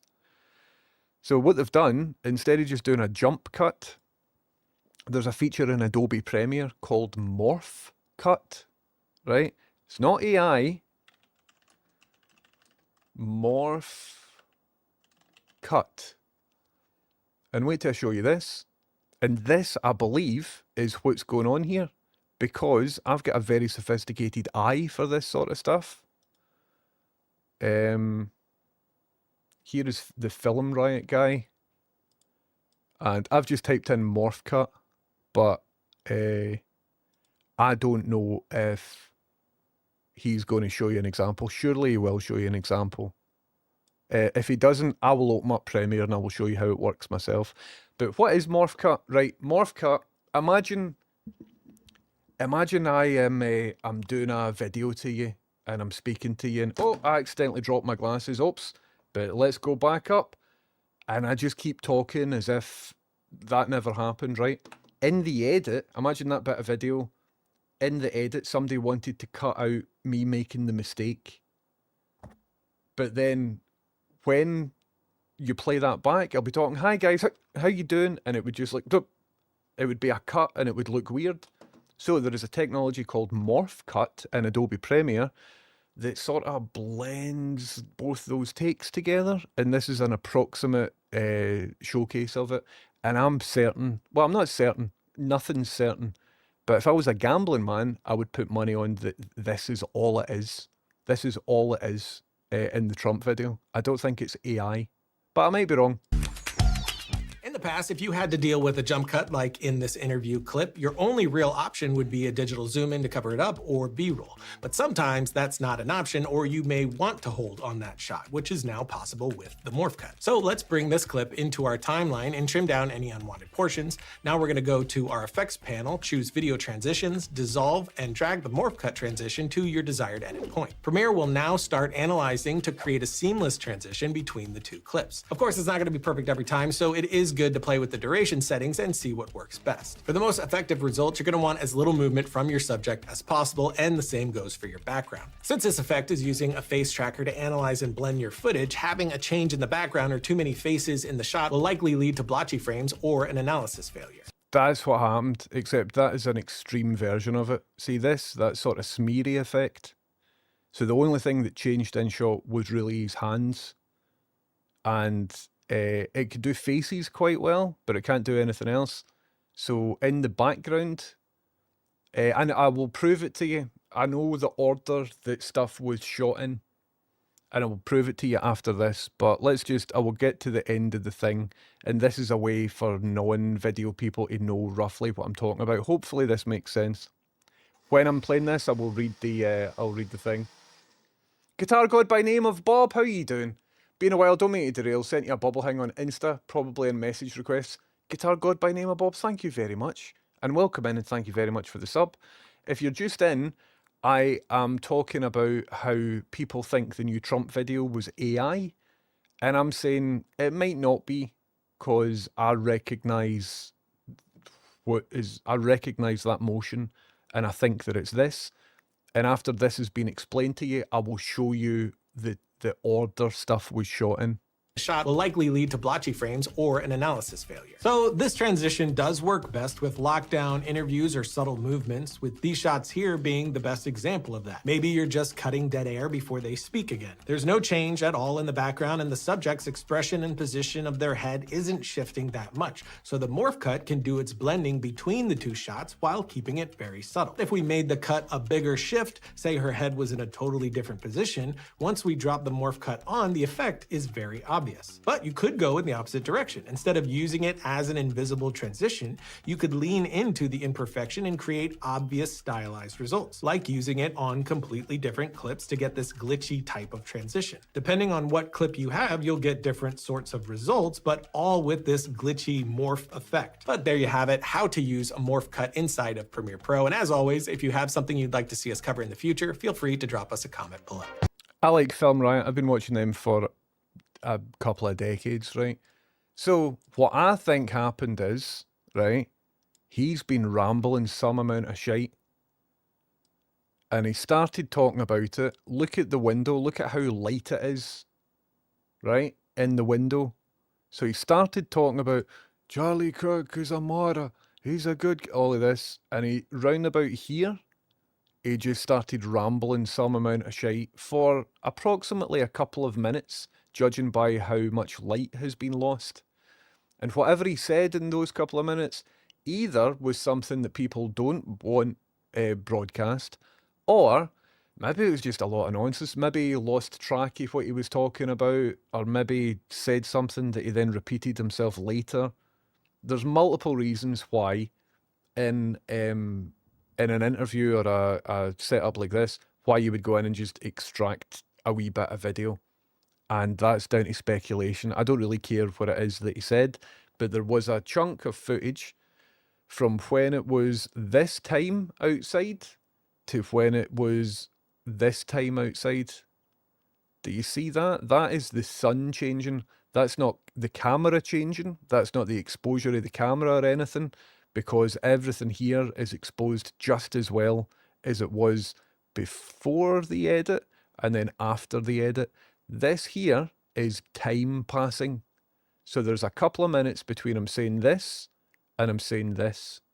And in order to hide that cut, just like you saw in that wee tutorial video, they have used morph transition.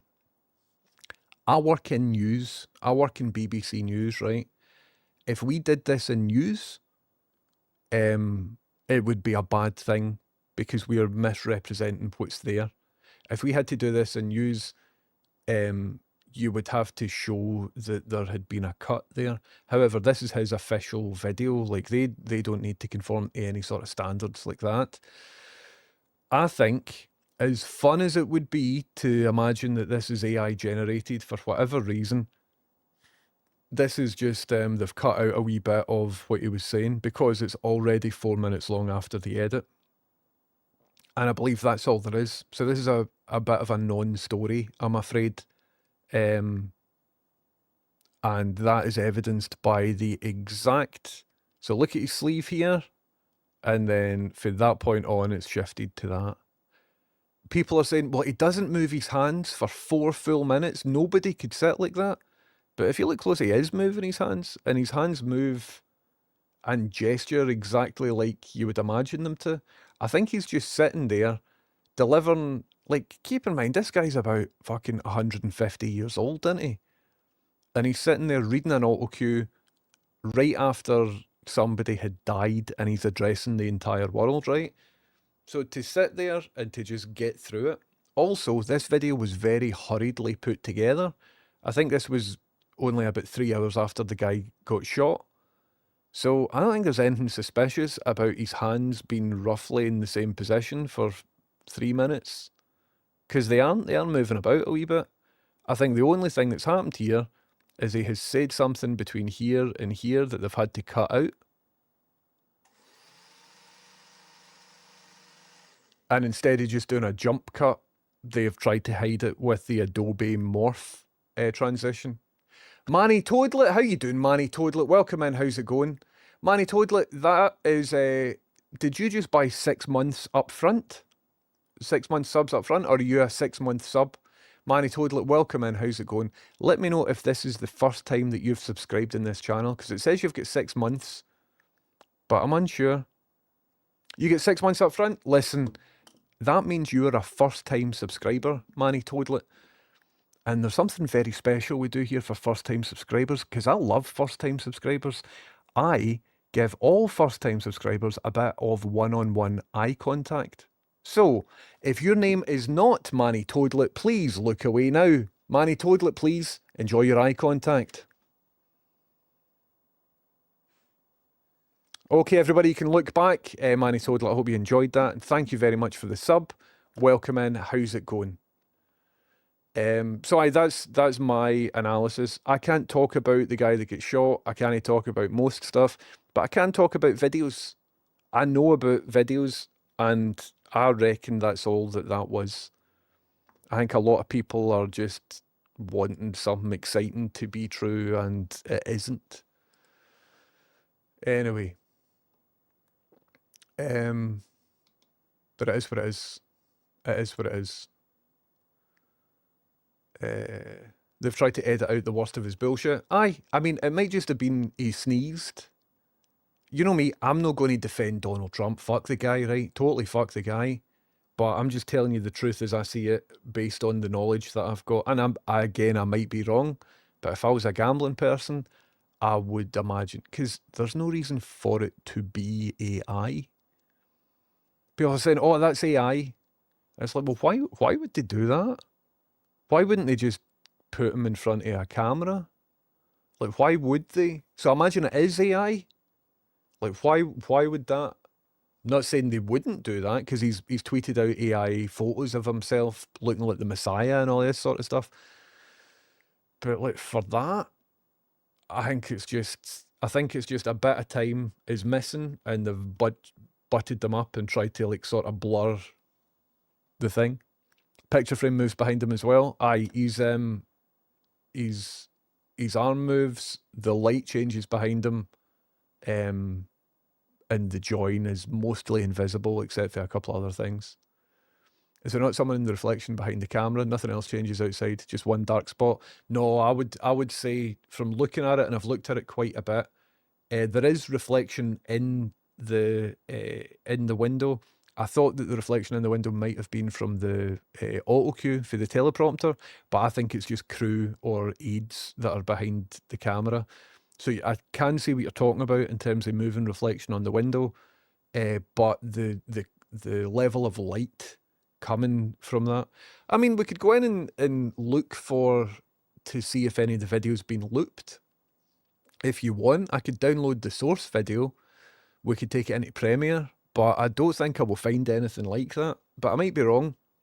If we duplicate the video and set a difference mode, right, and then sort of jog the top video along, we can see if any frames at any point in the video have been duplicated.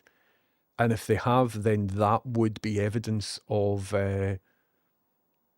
digital trickery. But I honestly don't think it's as exciting as people want it to be. I just think he sat down and he made a mistake, or he said something that they don't want broadcast, and they've just edited it out and then butted up either side of it. Deary me. But a lot of people are like, it's definitely AI. I can tell with the pixels. I can tell with the pixels. And it's like, tell me more. Like, justify your opinion using words just as I have there.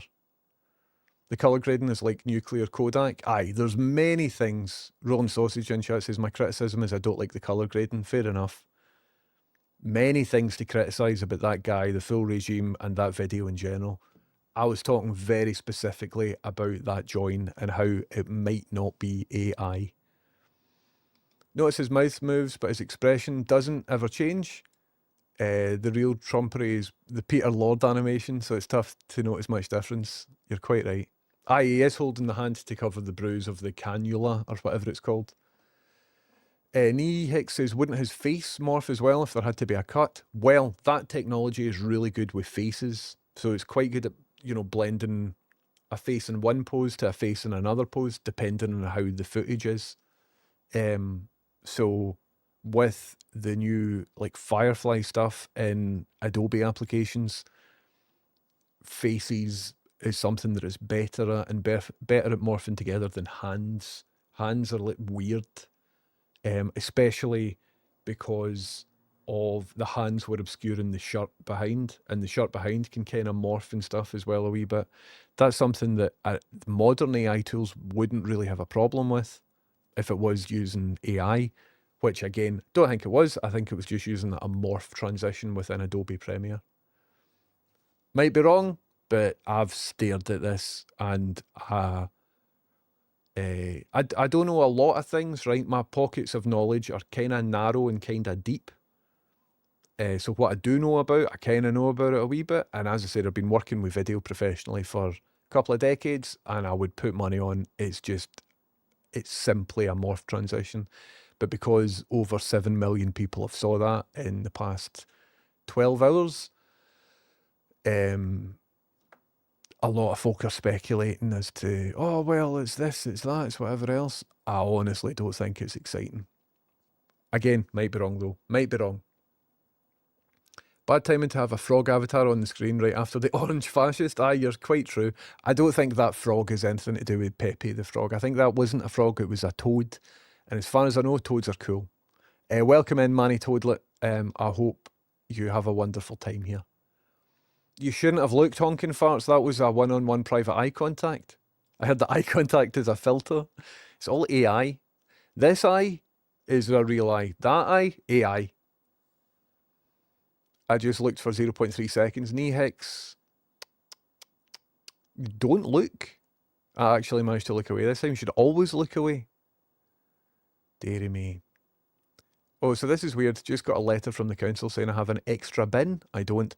And they're offering me a bin amnesty to return it with no questions asked. What the fuck? Bin amnesty? Oh, God. So now you're going to have to speak to them and explain why you're no returning the bin that they think you've got that you don't. And they'll be convinced that you do, that you're just trying to hold on to a bin. So how do you prove a negative? You can't. How do you prove that you don't have an extra bin? You can't do it. Bertrand Russell. Quote Bertrand Russell to them.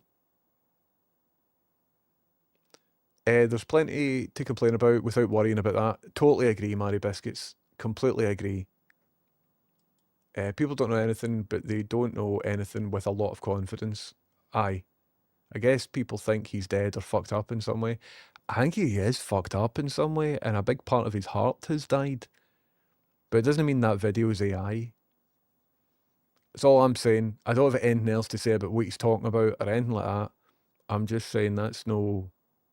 Based on what my eyeballs have learned over the past couple of decades, I think that's just a morph cut. You can see morph cuts in... Like, George Lucas was using them as far back as Star Wars Episode 2. Anakin morph cut.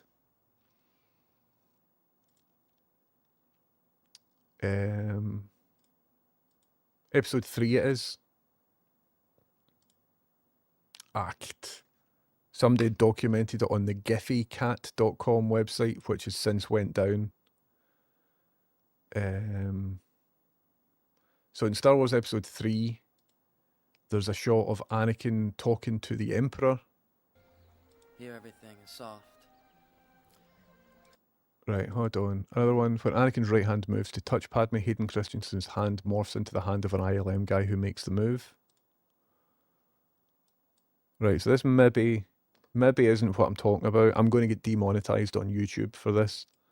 So like his right hand, there's a morph there. That's not what I was talking about, though. I was thinking about a different shot when he's talking to Palpatine. See that there? There was a wee weird morph. That's not really relevant to what we were talking about.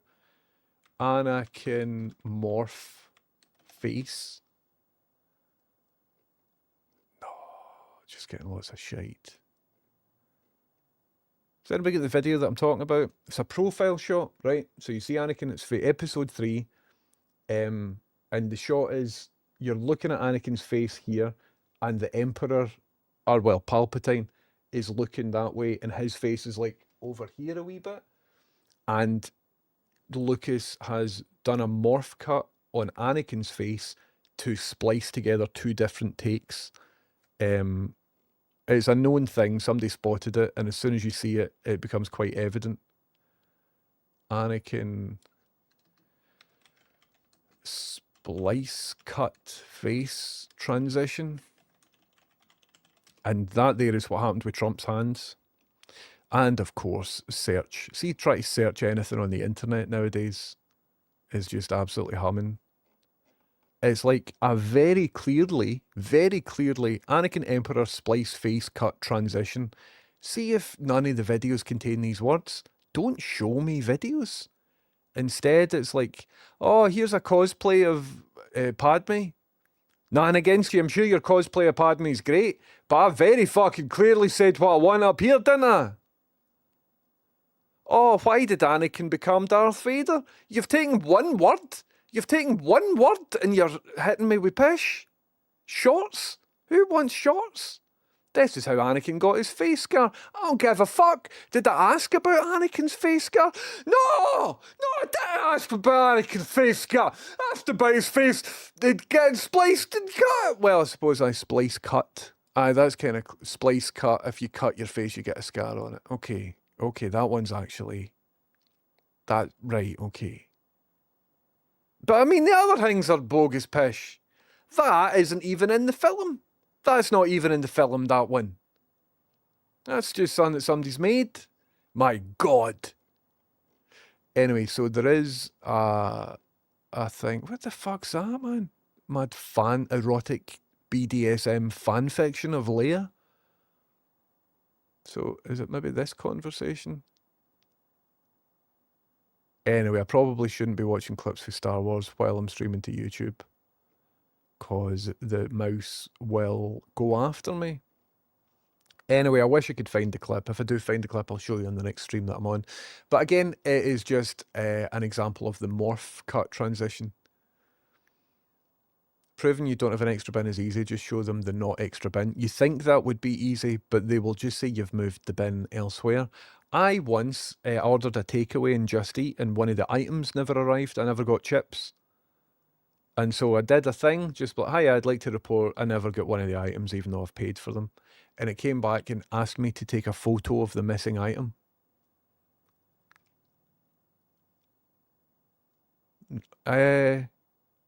What? Take a photo of the missing item in order to get a refund. So I just took a photo of like just my hand doing that, and it went through and I got a refund for it. Mental. Guitar God by Name of Bob, it's exactly that. It's like a photo of someone trying to prove they never received a package. Happened to me in real life. Anyway.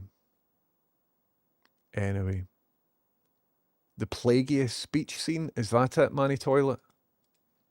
See if we can find this, folks. I mean, it's not a big deal, but because I'm... Aye, this is it. I think. It's the shot I was talking about. Whether or not it's in it or not is a different thing. So, where are we? Right, it's somewhere here. Can I view this in Ultra HD, please? So, look at his face. It sort of morphs between two different takes. Don't know when it does, but I'm sure it does. I don't think it just happened there, but I might be wrong. And it works because everybody's looking at him.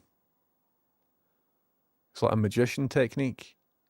So because everybody's looking at him and nobody's looking at him, you can get away with splicing some stuff together. This might be a fixed version. They might have went in and repaired it because folk have been talking about it so much on the internet. Is it maybe the next shot? But it is this scene.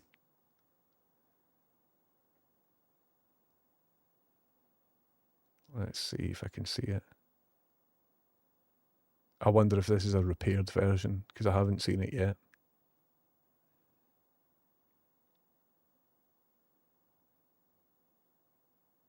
I think that's it. See that slight change? So from here to there. That is very... See if you know what you're looking for? That's quite obvious. It's over the space of about a second. The start keyframe is here.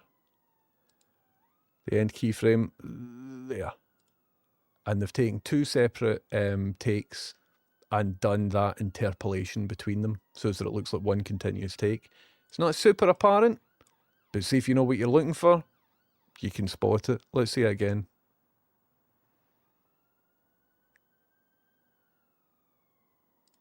I can see a wee sort of bit of flicker up in the hair up here.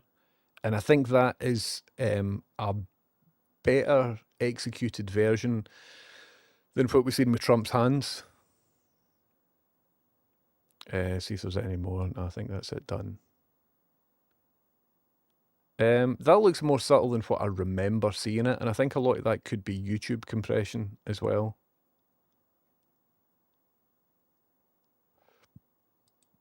When I saw that on the big screen, I spotted it.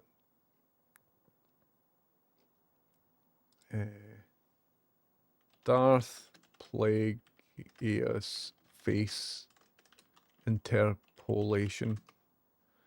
Anyway, we should probably play a video game, shouldn't we? Plagueis Anakin Morph.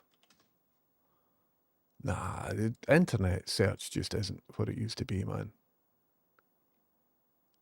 is just filled with a lot of crap.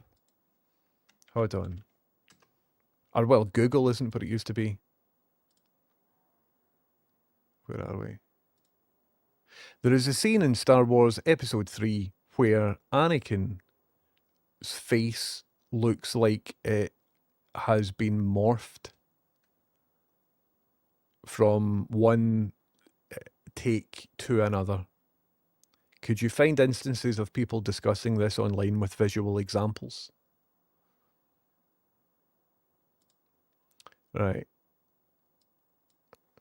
There's a scene in Star Wars Episode 3 where Anakin face, I'm better off just typing it, looks like it has been morphed from one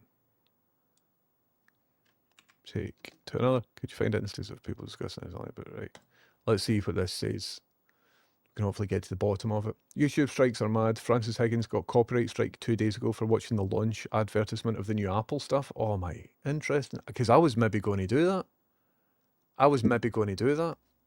So I'm glad I never. Ordered a pizza. The toppings were just loose, piled on top of the pizza instead of under the cheese. I hadn't eaten 6 hours and phoned up really hangry. That's brutal. Even if they had on top of the cheese, you think the cheese would be melted enough to adhere the thing to the bit? There are indeed multiple instances online where viewers have noticed and discussed the phenomenon of Anakin's face appearing to morph or shift between different takes during a scene in Star Wars Episode 3, Revenge of the Sith. Many fans have shared visual examples, analyses, and direct commentary on this editing style. Right, where can I see it though?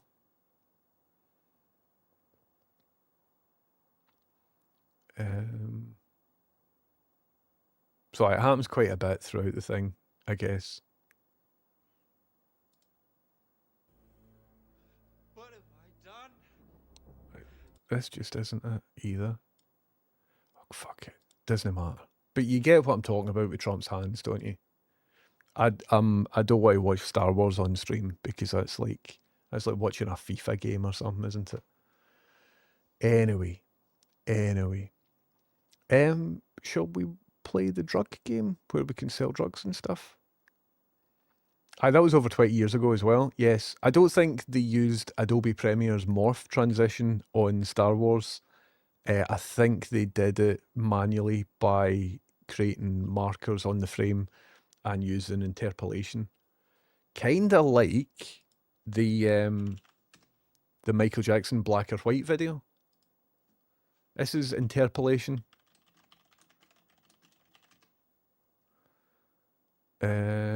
I simply can't play this, man. I simply can't play this. But fuck it, here we go.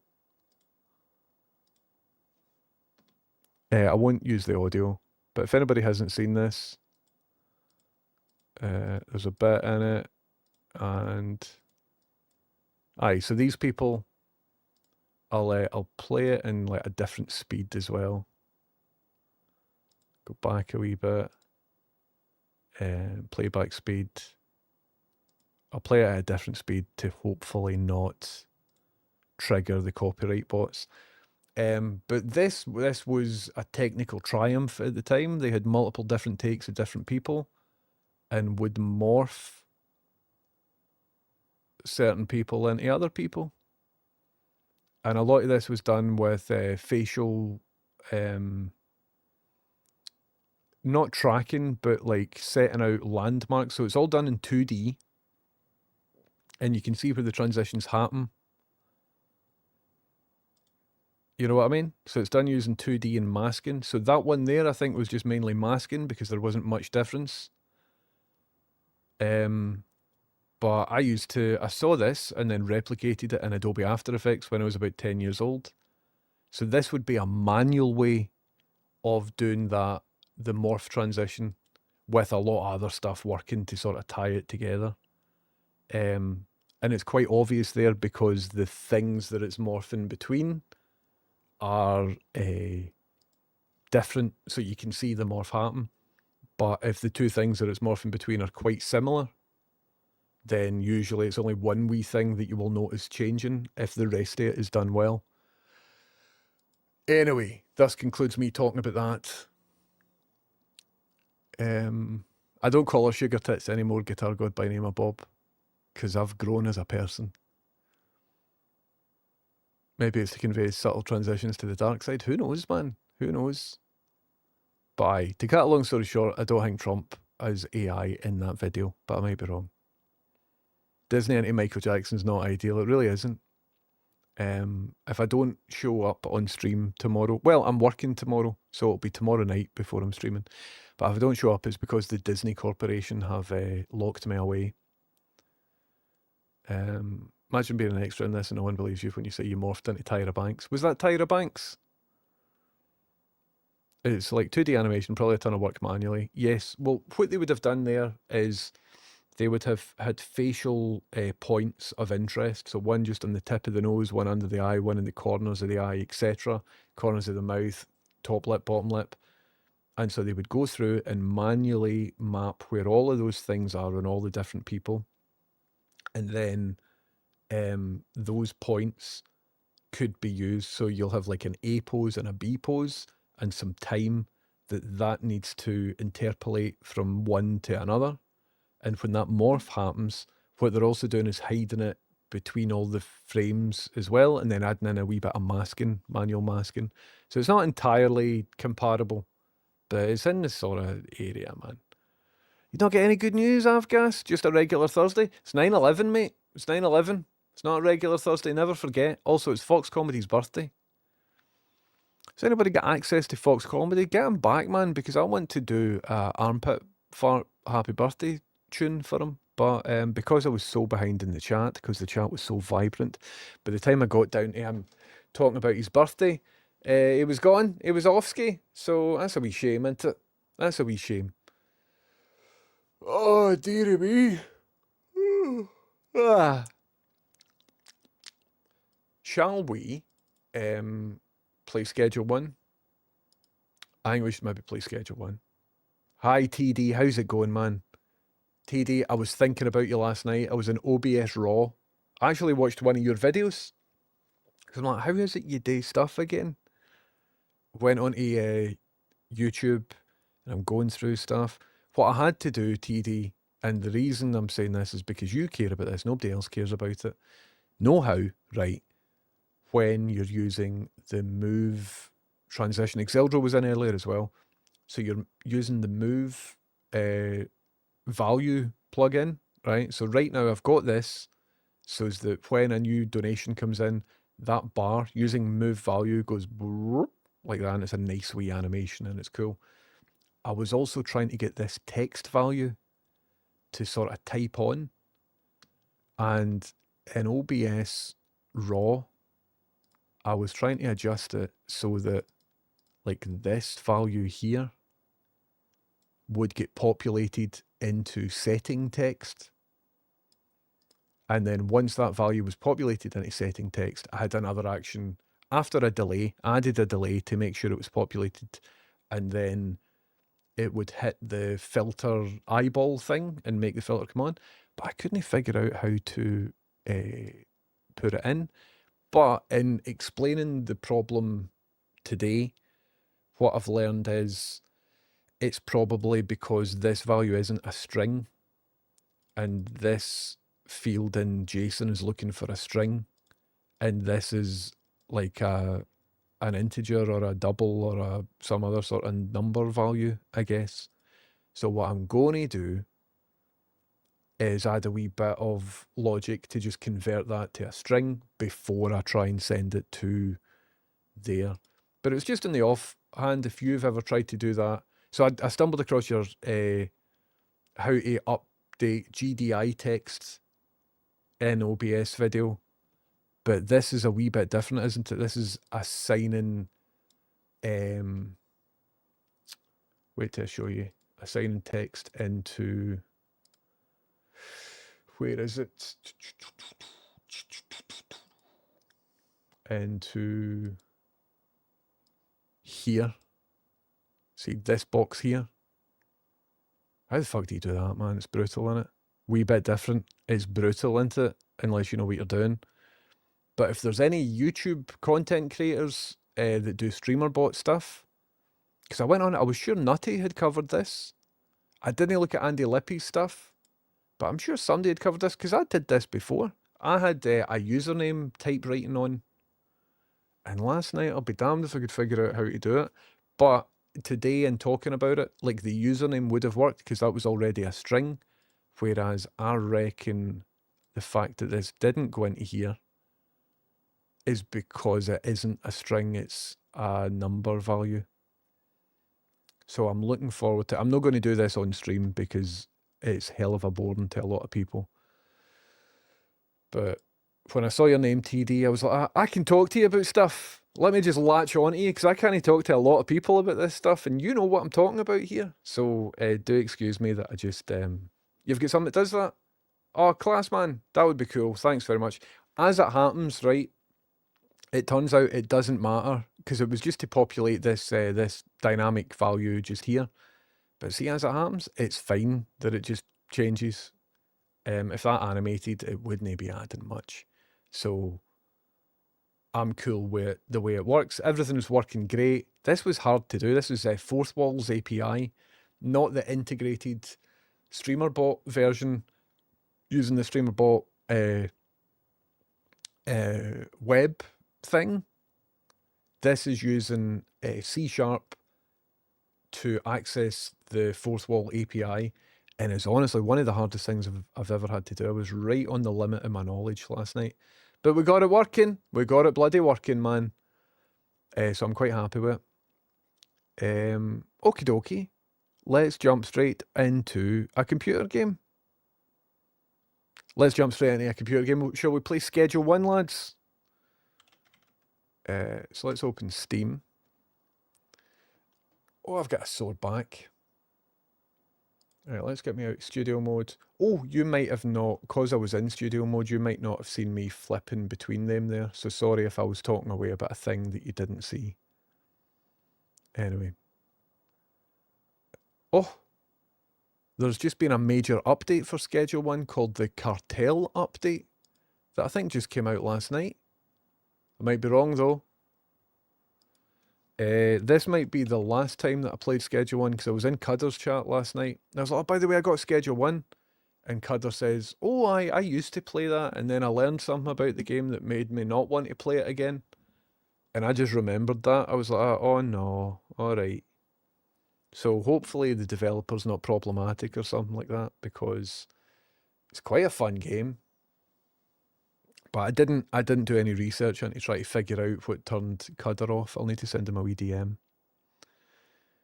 Nino says, I'm back and it's the favourite part of my office day when everyone else is gone. Big lights off, purple desk lamp on, Twitch for company because I don't like my colleagues for company. I think that's fair, isn't it? Here we go, everybody. Going to get all nice and relaxed. This is me here in my wee game. John says I was going to bring that up. Let me do a wee quick search, right, before I play this game, because I don't know actually what it is, and I don't want to talk about, because it could be anything. Schedule 1 controversy.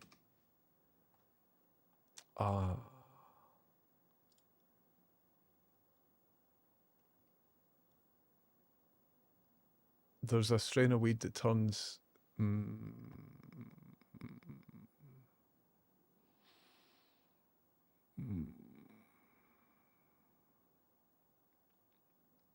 So in the game, here is the story, right?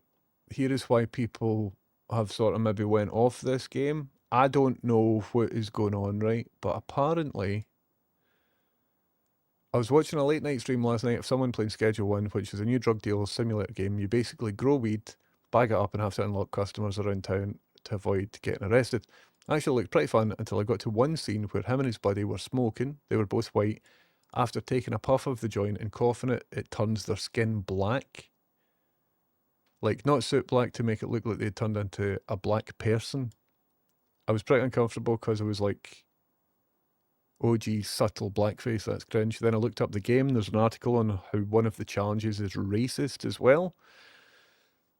They have you be an Indian dealer where you make a sale and then take it back Indian giver, which is problematic and raises stereotype within itself. So it's just two things I noticed within the game, and it makes me wonder who the developers are. Has anyone else noticed anything? The strain of weed that turns an NPC's black is called Tropic Thunder, a reference to the movie. So it's intentional.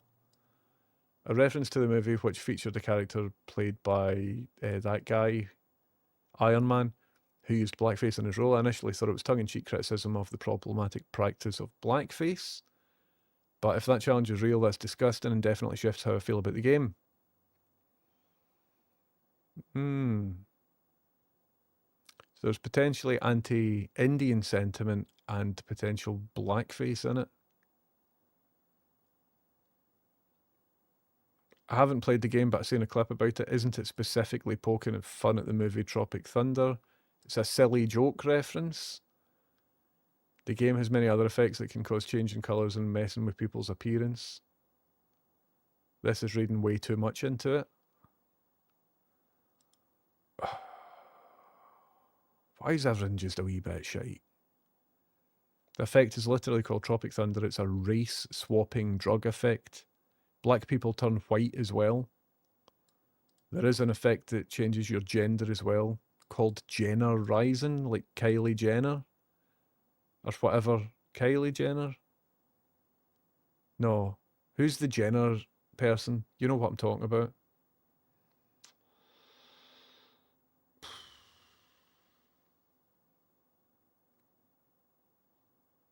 Caitlyn Jenner.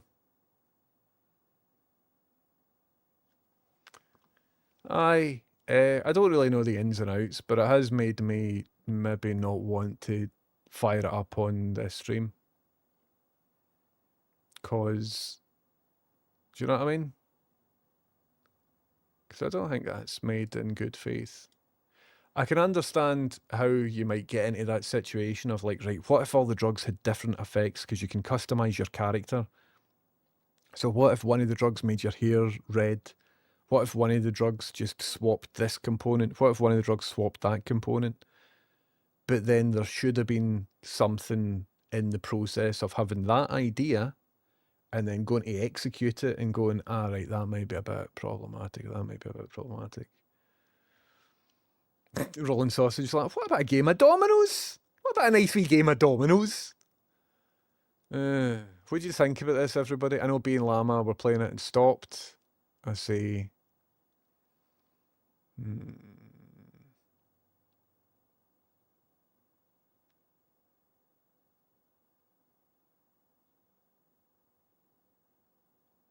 Aye, so that's brutal, isn't it?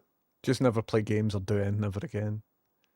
So it was Cudder and Dolan that loved this game until I think that was discovered because they stopped playing it. So I was in Cudder's chat and I was like, oh, by the way, we need to get on the drug game. I've just got it. It's cool.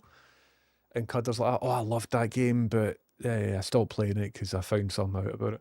And on his stream, he didn't want to get into talking about all that sort of stuff.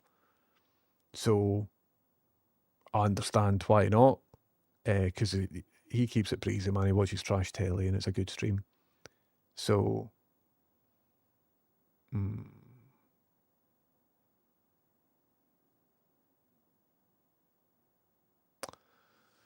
Well, that's a wee bit pish, isn't it?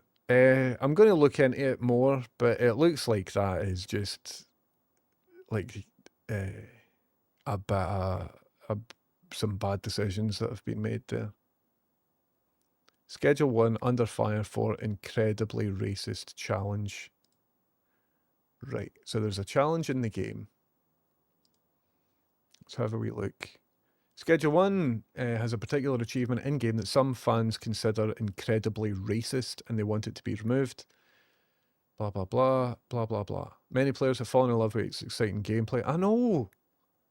Schedule, right. As pointed out by Right, an achievement in question refers to the Indian Dealer achievement, where you're required to sell a product to a customer and then quickly pickpocket back from them.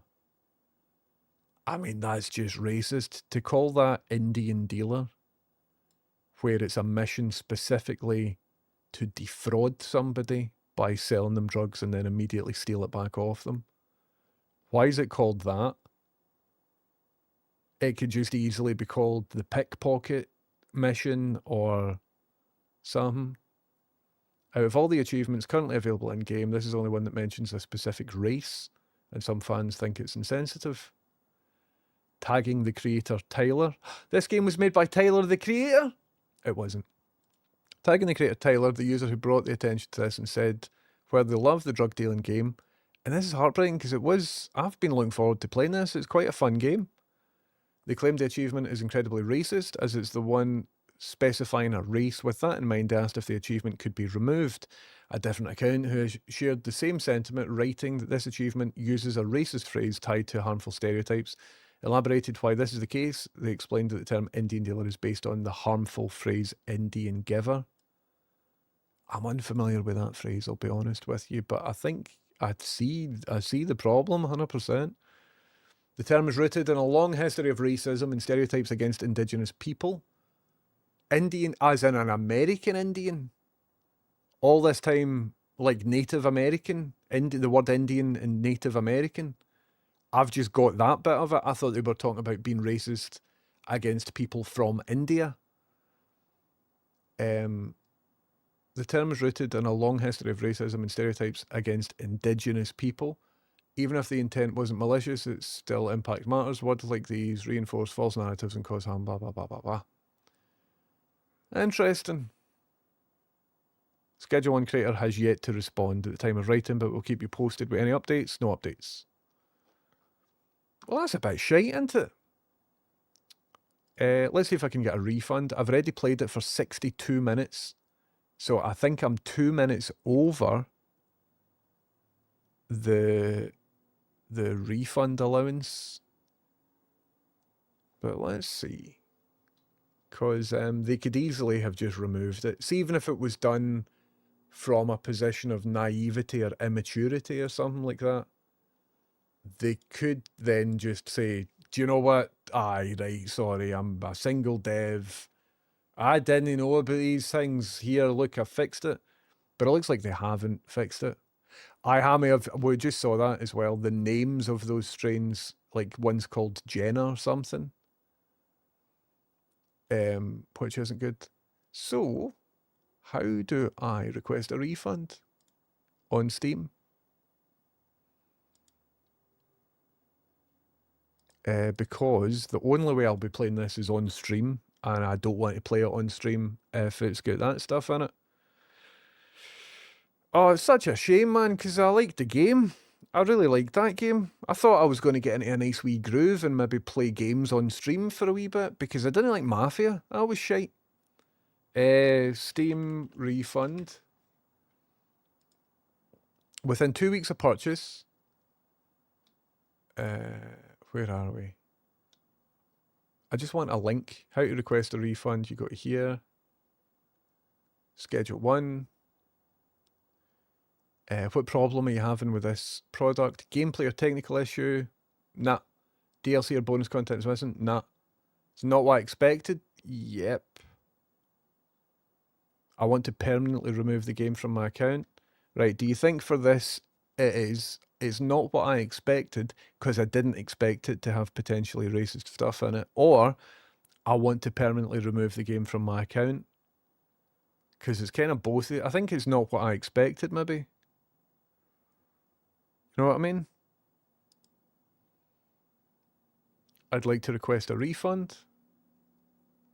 Hold on, just in case it doxes my PayPal information. This refund will remove the following products from your Steam library. A total of £11 will be refunded to your PayPal. Choose the reason. Right, is anything down here got anything to do with racism? Measure isn't listed. Notes.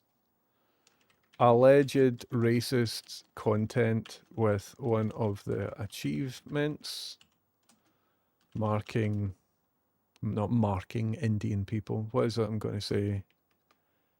Depicting Indigenous, because it is Indigenous, it's not Indian. Indigenous Americans as thieves.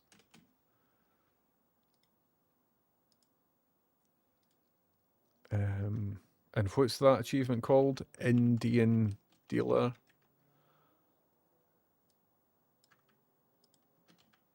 Don't want that sort of stuff in my games. Thanks.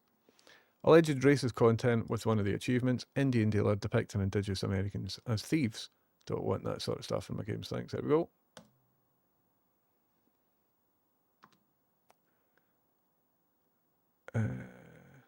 Your help request has been submitted to Steam support. Your reference code is that. Once the support agent. There we go. There we go. Cool. Well, that was something, wasn't it? There you go. No Man's Sky. I do have No Man's Sky. So I might jump in it. Hello, Terrible Clunt. How's it going? I might jump into that. I know an Indian streamer who plays this. I'll pick his brains about it. When you say Indian, do you mean Native American or do you mean somebody from India? Unreality says the term Indian giver is so loaded as well. The only time I've ever heard that is in, I think, a GME track. I will take out your eyeball with a bamboo skewer. I think Indian giver is in that, but I can't remember where. And I just didn't know what it meant. It's brilliant, isn't it? That's brilliant. Ah, well. I was looking forward to that, man.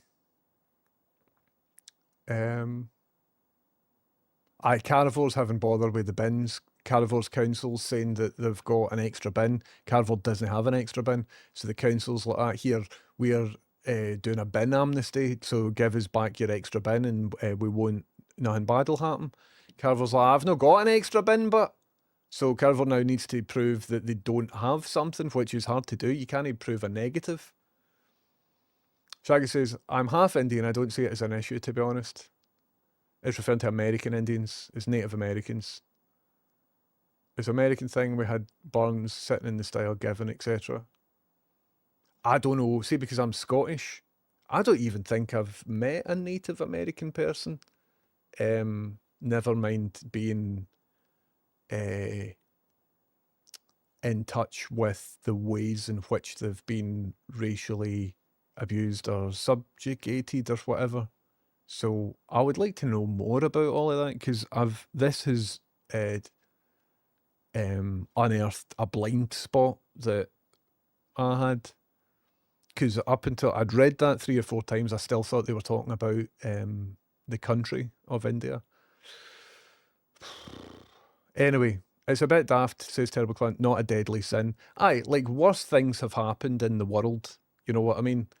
But the context of me playing it as a streamer implies, you know what I mean? Implies that, like, I'm endorsing it or something like that. So, see if this was just me on my own, that might be a different thing. I might still chip away at it. I don't know if I would like it or if I would want to as much as that. But being a streamer as well is like, you know what I mean? You don't want to be affiliated with certain things. You don't want to promote certain things that maybe shouldn't be promoted. So I will take a route that I think is maybe the best one. You know what I mean? Also, I still haven't seen Tropic Thunder. Anyway.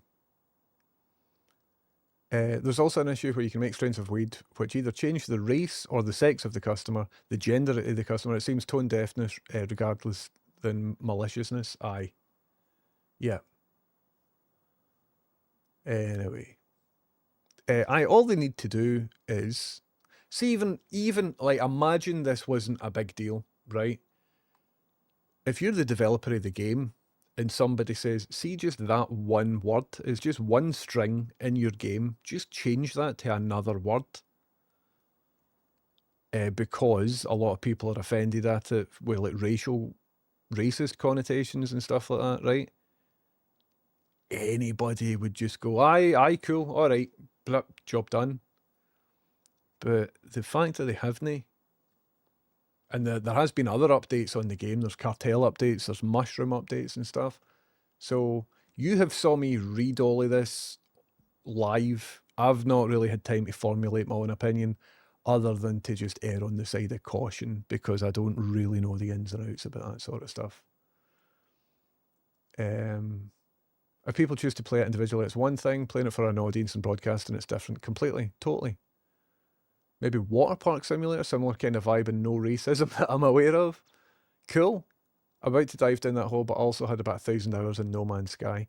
I do have No Man's Sky. I think I played it for about half an hour and then decided not to, just because I wasn't vibing with that at that point in time. But I've heard it is really good. I think No Man's Sky is worth a revisit after 30 free updates over 10 years.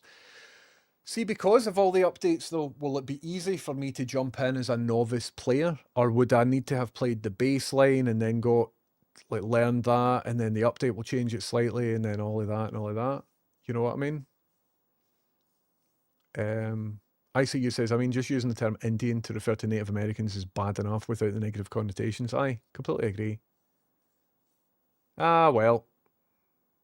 Ah, well. Well, hopefully, so the reason I refunded it is that the devs didn't change it. People have complained about it online. The devs haven't changed it, right? Whether they're right or wrong to do it, I think they're wrong to do it based on my limited knowledge of this particular instance of racism, right? But whether they're right or wrong to do it, the one thing that will get them to listen to folk is if I'm taking my money back off them. I gave you £11. Now you fucking don't have it anymore. You know what I mean? Anyway. Wikipedia now have an article. Oh, aye, the Charlie Kirk thing, aye. Got my 1030 branded mug yesterday, fast delivery, and as described, 5 out of 5. Amazing! Terrible Clint, can I expect to see that mug feature in some of your fantastic breakfast photographs? Because that would be an honour. The No Man's Sky Expedition, a good thing to play if you go with. The expeditions are a speed-up gameplay loop showing you off the new stuff of that update. Cool. I think, see, for No Man's Sky, I want to go in and maybe learn it a wee bit before I play it. Just play it offline, relaxed, in my own time, to learn how stuff works and stuff. And then maybe start it from scratch. There's a big bit of me that's wanting to go back into Death Stranding and finish it, because I never finished it. But there's the director's cut, and there's like, I got to a bit in Death Stranding where I put all the resources I had into like a safe house, and I forgot where that safe house is. But then that was about a year and a half ago, so I think all the resources would have wasted away and stuff anyway. All the bins, I'm reading about bins. All the roads that I built and stuff, I think would probably be deteriorated. So maybe get the director's cut and start Death Stranding from scratch again or something. I don't know, man. I'm not sure how Steam works, but can you change the achievements after the fact? I think so. I believe so. If you update the game, I believe. But see, if you couldn't, then they should come out and say, you know, sorry, folk got offended at this. It wasn't our intent. Technically, we can't, you know, just like give I don't know. As I said, I'm responding to this in real time. I haven't researched it and I haven't really formatted my own opinion, but it looks like something that I should maybe err on the side of caution with. It's here. Have you seen the Drewski skit where he went whiteface undercover on a Nationalist Pride type event? He got lots of exposure. I did. I saw it on Twitter. I think that's a wee bit different. Me just rolling over 400 hours on No Man's Sky. Everybody's saying No Man's Sky is brilliant, so I'd quite like to check it out. Manny says they introduce you to stuff pretty well. Cool. Right, maybe I'll jump in. 3 free games on Epic, just refreshed for the week. What are the games, Mootsy? The onboarding is much better than it used to be. It gets you started with ships and building and all that quite quick and easy. Only thing I remember about No Man's Sky, and I might even be remembering the wrong game, is it put me on a planet and it was like, right, go and kill 5 of them because we need their things to make a thing so that you can get a better thing and kill 5 of something else. And I was just like, I think I opened a menu and there was like a dialogue, a tree upgrade tree thing, and I was just like, I'm not in the mood for this particular game. So I binned it, but everybody else who's played the game says it's simply fantastic, so I will give it another go. Maybe not today.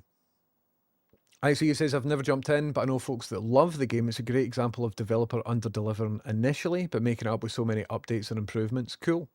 There's also Alien Isolation. I didn't even actually see the alien in Alien Isolation. I got so far with it, and I decided to bin that as well. But we could maybe pick that back up for where it was. Honestly, No Man's Sky is easily in my top 10 games of all time. Very nearly top 5. Amazing. Steam in the next edition, you can power through them in 4 hours if you want to. Cool, man. Merch link 404's in the About section of the stream. Okay.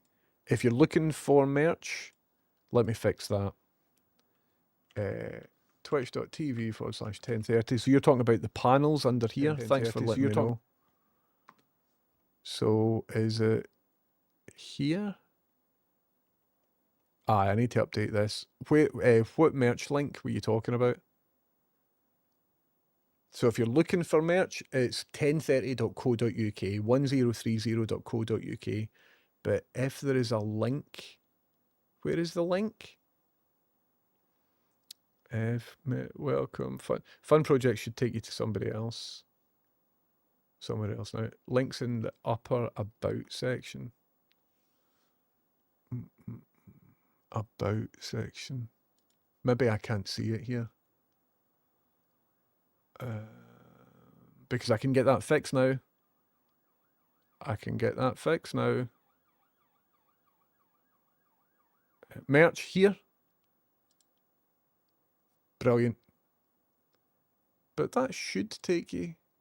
Right. Cool. So let's try and edit this. Thanks for letting me know about that. See, if I don't fix this live on stream, it won't get fixed. So if I go to the creator dashboard and then I go to settings, stream settings, if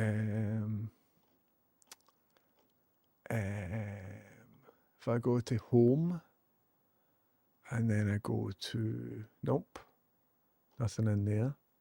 If I go to stream manager, I don't think it's in stream manager. It's not in analytics. Carivore, my website, the projects in my website isn't finished yet. So I knew about that one definitely. But this merch link would be worth fixing. Channel settings. So inside channel settings, it's showing me this stuff. Showing me this here. But I can't edit it here. About 1030. How do I edit this? Hide preview. Here we go. Paste. Save. So now, if I go back to here,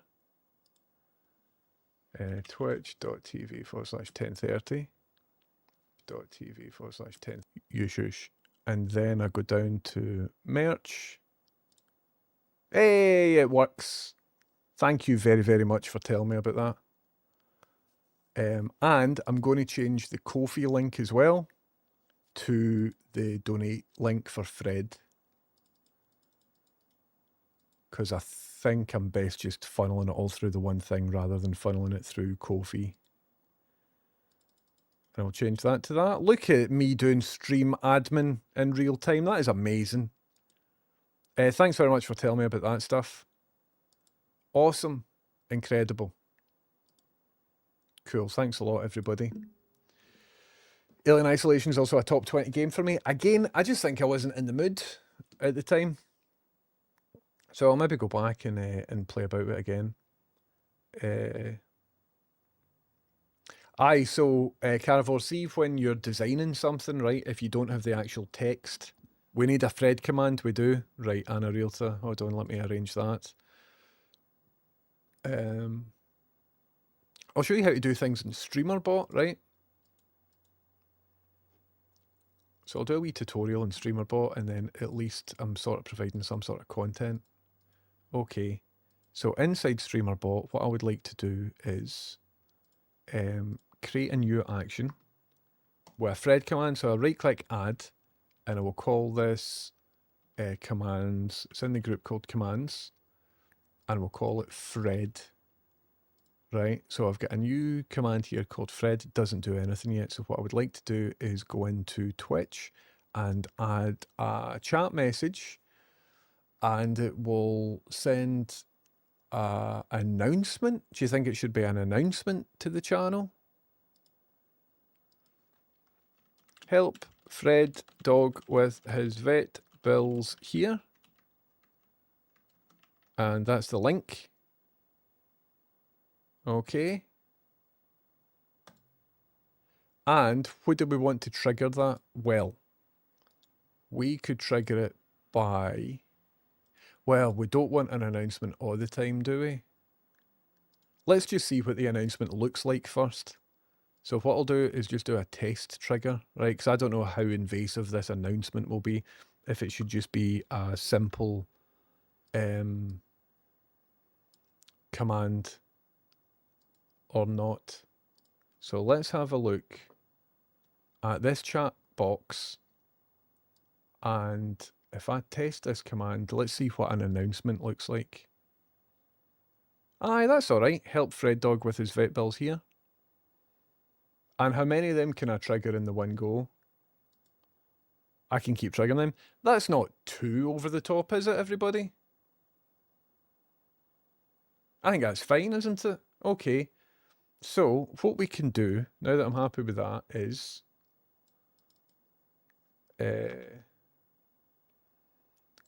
if we create a trigger, so we'll add a command,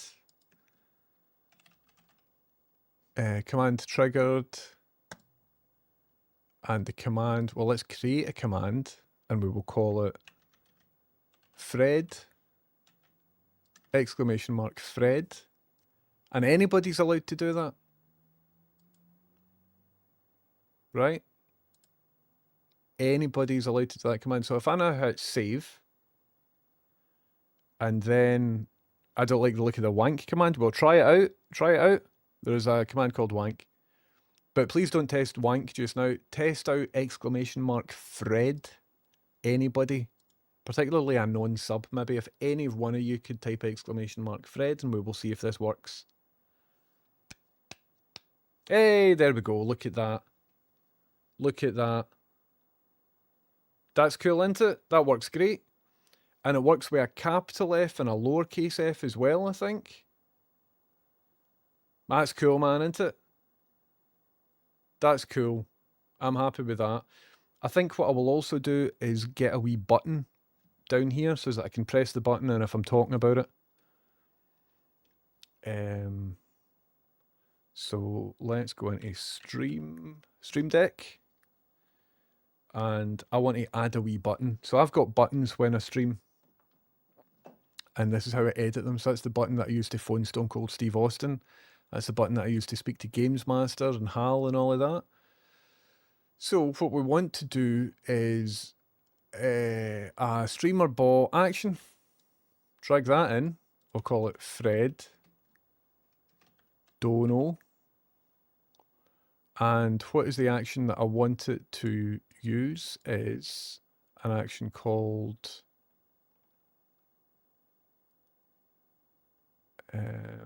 Fred.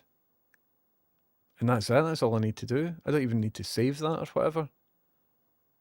So, Rewild. Oh, Rewild.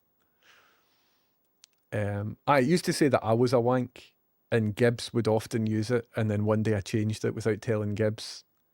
And it says Gibbs is a wank. Anyway, so now, if I press this button here in front of me, what happens? There we go. We've got a wee announcement. I'm happy with that. That's cool. I'm happy with that. That's cool. Cool. Maybe the only other thing that I need to do with it is give it Fred's wee face. So I'm going to have a wee look and see if I can find an image of Fred somewhere on my computer. We'll use the Everything app for that. And I will look for Fred. Fred.jpg. Where's the wee emote for Fred? Fred.png. Aye, that one's better. Cool. I know you can't see what I'm doing. Can I just drag a PNG on top of that? I think I need a new mouse. My mouse keeps like, see when I'm clicking and dragging, it keeps like lifting the click, and it's going to cause me bother at some point. I'm going to accidentally be clicking on something that I don't want to be clicking on. But ever since, do you remember my mouse got water ingress? So my Twitch emotes are stored in a folder fdrive/tidy/shite/Twitch emotes. So that is my filing mechanism for what was it again? Tidy. And then shite.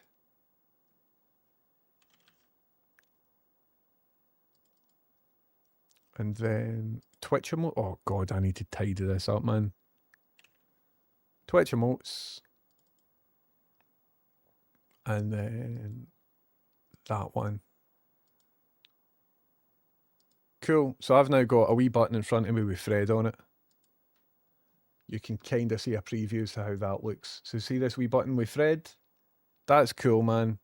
So if I just press this wee Fred button, boop, you get information on how you can help with these vet bills. Look at how easy that was. Look at how easy that was to set up, man. I'm quite happy with that. Okie dokie. So a wee bit gutted that we couldn't play Schedule 1, but I made my choice, innit? Made my choice. Oh, dearie me. What time are we at just now? 4:25. We've got time for something. Let's do something. I wonder what we could do. Let's load up Steam and see what there is. Not Schedule 1, though. I am very, very happy that I managed to save about £30 a month on my phone bill. I was looking at the new iPhone because my phone doesn't work very good. It started getting a wee bit weird because it's about 5 years old. And the battery's dead on it. But I was looking at the new iPhones and I was like, oh, well, maybe I could do this. And then I was looking at this and I'm like, no, I'll set my priorities. I think I'll maybe get a new iPhone next year. And instead of getting a new iPhone, I'm just going to carry around a power bank because it works absolutely fine, except the battery's dead on it and sometimes it goes a wee bit funny. But the new ones are fucking dear. So, Robocop. We could maybe go back to Robocop. No, it's not installed. Let's see what games are good to go. So I don't think I will get one of the new iPhones just purely for cash reasons. But maybe next year, or maybe, I think in April, there's new stuff comes out, and maybe things will be a wee bit different set up in April. We'll see how it goes. You have Fred emoji rights. Well, aye. The Fred emoji, I think, is one of the oldest emojis on this platform.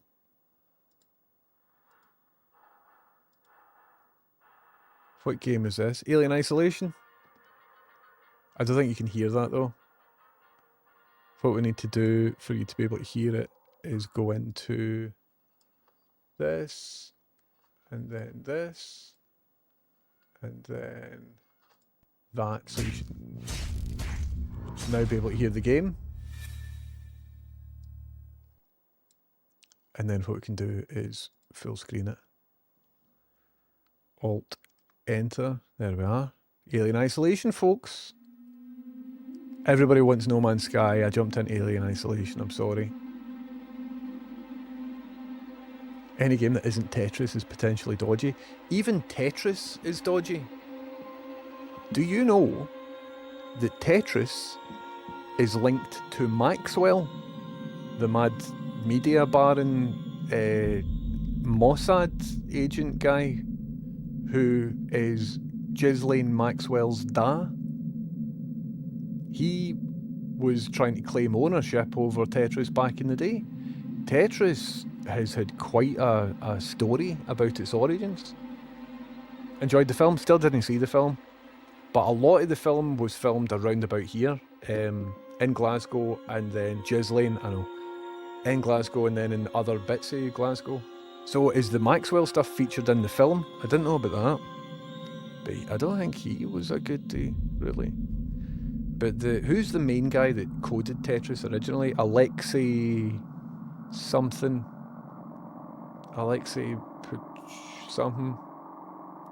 Tetris is still a wonderful game. It's maybe the best game of all time. I would say Tetris. And the guy who coded it never really got compensated for it because lots of other people tried to resell it and it was a big mess, man. I'd quite like to see the film. Watch the film at some point because a lot of it was shot round about Scotland and like wee towns in Scotland that you wouldn't expect a film to be shot in. Faithorson, how you doing? Welcome in. Welcome in, Faithorson. Thank you very much for 8 months. Maximum respect to you. Thank you very, very much. How's it going? Have you ever tried Tetris Effect? I have not. I think my most favourite incarnation of Tetris is the original Game Boy, see the DMG01 Game Boy version of Tetris. Oh, I love it. Since the formation of the Tetris company, wrongs have been righted. Oh, cool, man. Do you know what? I'm itching to just sit down and watch like a big 3-hour documentary about the origins of Tetris. But I need to go at 5. So before we do that, I'm going to jump in and play a wee bit of Alien Isolation. I don't think I can easily jump to Alien Isolation on my categories. So let's see if I can do it here. Where are we? Create a dashboard. Stream manager. The music's good, isn't it? And then what we're going to do is, instead of just chatting, Alien Isolation.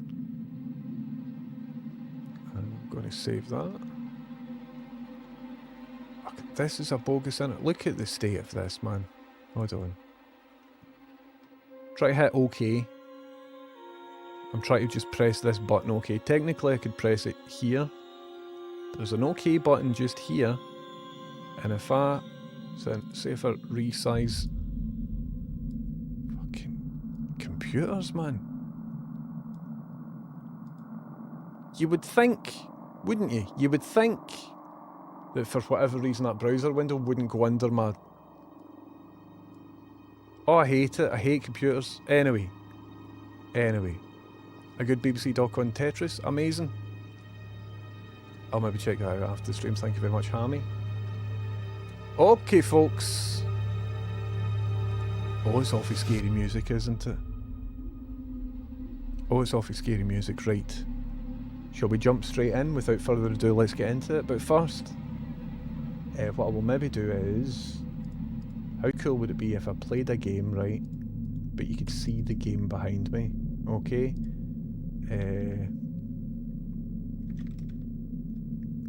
So maybe something like this.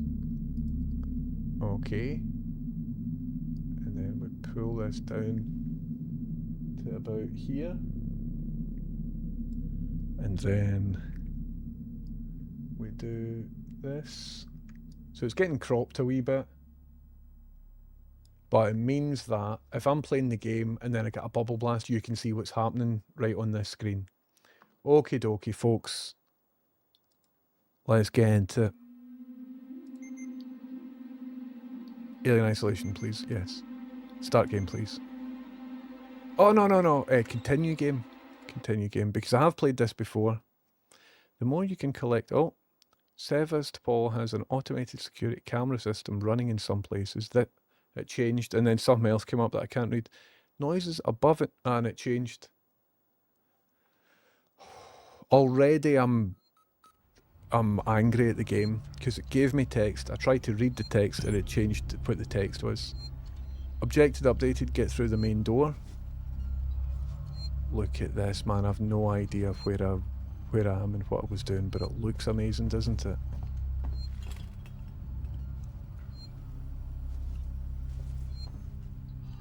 It looks really good, doesn't it? Shaggy says scene. Oh, aye! I was on studio mode. Do excuse me, but I was on studio mode. You didn't see the problems I was having there. It showed me 4 bits of text. Anyway. Cool. So I've forgotten where I was in the game, but I just want to have a wee look about and see things. Look at my feet. Because all the stuff in this game looks amazing. So I played the start of this and I completely forgot where I am and what I'm up to. So I'll probably require a wee bit more, what is that? Wales, led to us, weights led to us. Don't know what that means. But I think, listen everybody, I think there might be a big scary alien on this spaceship by the way.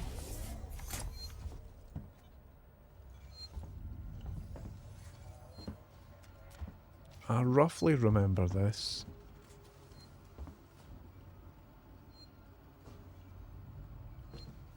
But I just want to look about at things. No idea how to do anything, what the objectives are, what's the sort of stuff I need to be considering. Let's look in here before I go down there. No idea what that the marker is down the bottom left. I do enjoy myself some CRT monitors though, so that's cool, isn't it?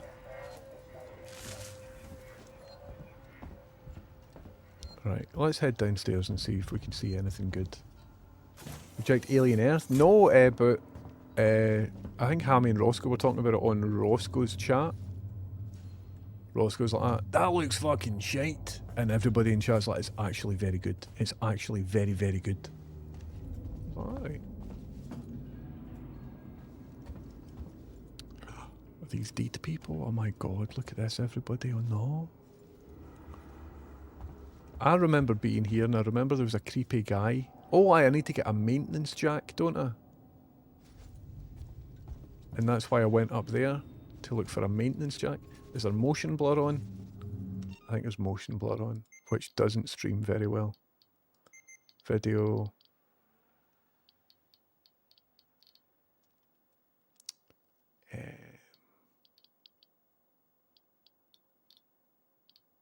Motion blur off. This might be a wee bit better for the stream. Yes.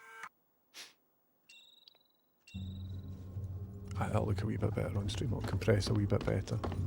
So I need to get some sort of jack, but the last time I played this game was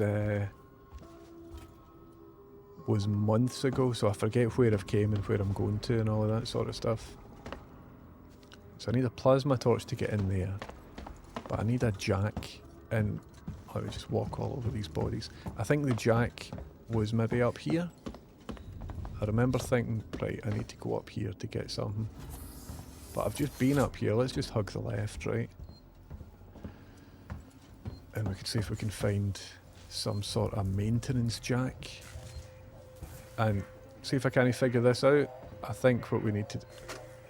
Harris, it's Turner. Gotta deal with that wasted asshole again. Can you hear this? This time he nearly wrecked. 2 seconds. Just make sure the audio's working. I'll turn the game up just a wee bit. Your music selections at the end of each episode always seem to shit me. Cool. Alien Earth is somehow both really good and a bit shit simultaneously. I've got time for stuff like that, man. That sounds dynamite.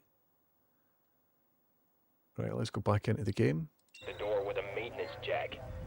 Guess he figures it's safe here. Wants to lock himself in. Screw him. We got too much to worry about without babysitting drunks. Anyway, I threw him in the evidence lockup. Let the son of a bitch sleep it off. Right, so there might be a maintenance jack that he used in the evidence lockup, which is over here, because if he used a maintenance jack as part of his crime, then that exact maintenance jack might be kicking about here, and I think that's what my current objective is, but again, I haven't played this in a long time. So just looking about for a maintenance jack. I think this was my problem with it last time, was I was just kicking about and didn't know what to do. Oh right, that looks like a maintenance... No, maintenance jack required. I remember I got stuck because what it wanted me to do was go through a hole in the floor, but I walked over that hole multiple times and just didn't see it. Oh, fuck. Alright, my man. Here, you're not looking too well. Could I get a wee shot of that? Is that maintenance jack off you, please?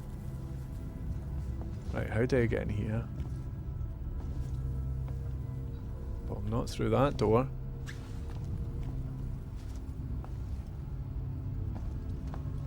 And what's happening? Oh shit, well that looks scary. Right, I'll see what other options are available to me before I do that, but it looks like it's...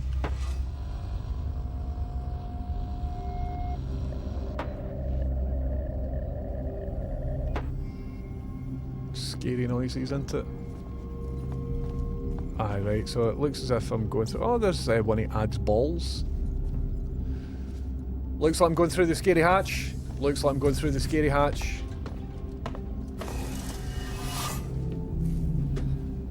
Let's go, folks. Jack off, that's good, isn't it? I'm inevitably waiting for the jump scare and I hate the feeling. It's horrible, isn't it? In this game right now, or in the TV show that we're talking about? See if there's a face hugger kicking about here, because I don't think I've got any weapons or anything.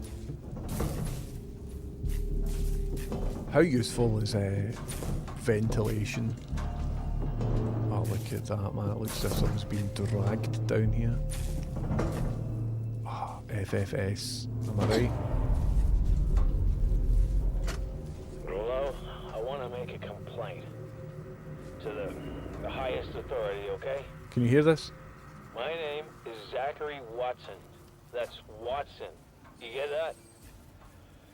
My complaint... I'll turn it up a wee bit. Turn it up to a bit here. And then I'll jump straight back in. It's exciting, isn't it? What is this? Fucking marshals. They should be protecting us. It's their job. They're in a station with us and no one knows what it is. No one fucking knows. They put braces on the doors. Locked down. You know, like to keep something out. I'm fucking terrified, man. I'm fucking... Shit. It's so cold. I don't think this fucking thing even works. Right. So see that jack that I've got? I can now do this. Hold right and left mouse button, press A. It's a weird set of combinations for doing that. I wonder if that's because of a joypad input that they've just mapped lazily. Or maybe just because I haven't been using the controls for a couple of months. Did you see things move over there? Wonder if that's just game physics or if a thing actually was kicking about. So if he's saying they locked all the doors to keep a thing in, maybe I shouldn't be opening all the doors. But here we go. Here we go. Might see a big alien, folks.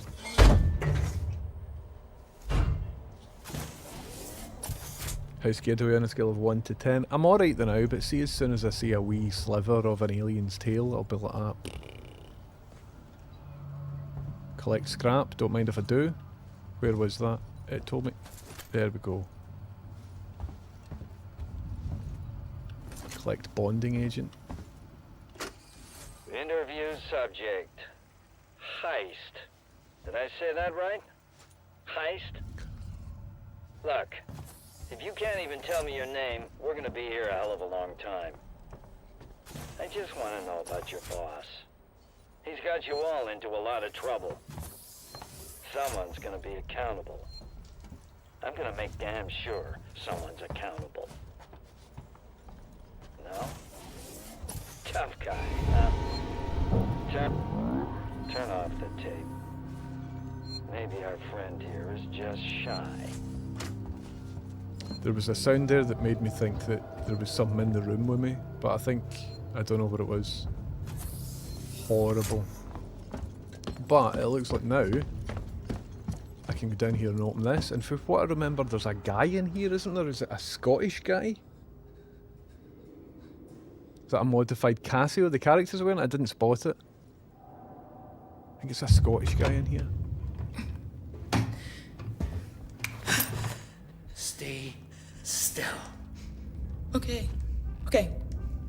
Now, turn around. Pure ill-fucking Welsh sort of man. I'm Ripley. Where'd you come from? Ripley? Off station. A ship. There's no ships here! There are now. Well, that's good news, because things are not so good here. Something blue just now. Rocked this whole place. I saw it. But lady, that's the least of our problems. Yeah? Yeah. Something's on this station. Something you wouldn't believe. Like what? A killer. You get it? Okay. Okay. What's your name? Axel. I was boarding with 2 colleagues. EVA. We got separated by the blast. Can you help me find them? Why? Because you seem to know your way around. I mean, why? What's in it for me? A place on the ship. How do I know I can trust you? I need to find comms. I need to contact my ship.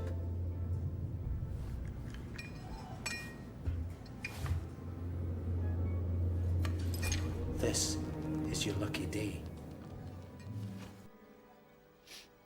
Let's go, sweetheart. Seeks and Comms is in the Systech Spire. It's quite a distance, but we can get to a transit through the freight area. But watch yourself. We can get into all sorts of trouble there, okay? It's mad the gameplay footage looks better than the cutscene, doesn't it? Gameplay footage, you know what I mean? See all the lighting and stuff here? Looks substantially better than the cutscene we just watched. Come on, I don't want to stick around here long.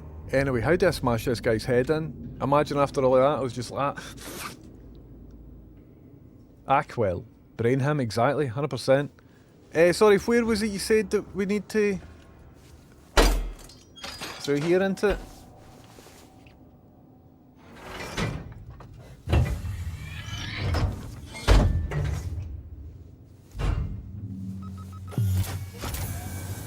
Okie dokie. Was that you following me back there? Had to keep my distance. Can't take any chances. I can hear like wee creatures, man.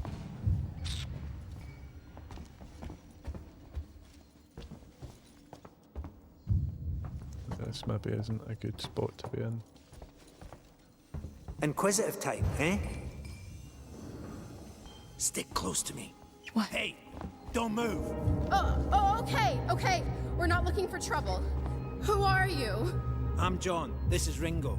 They're just some assholes. We haven't got time for this. Come on, Jana. We're trying to get to comms. Can you help us? We don't need their help. Don't tell them anything. Look, I've got the elevator working. Jana, let's go, okay? I'm sorry. Good luck.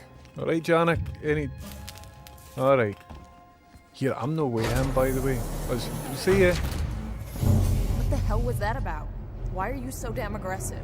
Everyone's running shit scared, keeping to their own. Safer that way. I think collaboration will lead to salvation, personally, but you seem to know what you're up to. I hope this ship of yours is the real McCoy. Hold up. Let me get the elevator. Hold up. A Scottish guy wouldn't say, hold up. That is a line that has been written by Allow me. an American. This is old. Needs a special touch.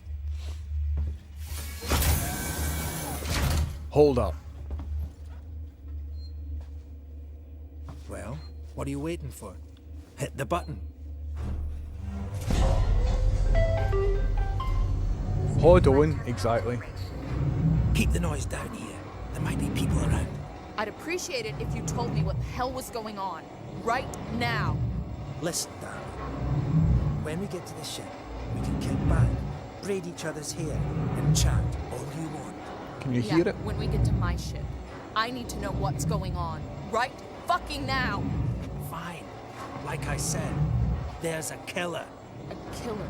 What does that even mean? I ain't seen it, but it's here. Picking us off one by one. What are you saying? A psycho? A person? No, something else. A monster.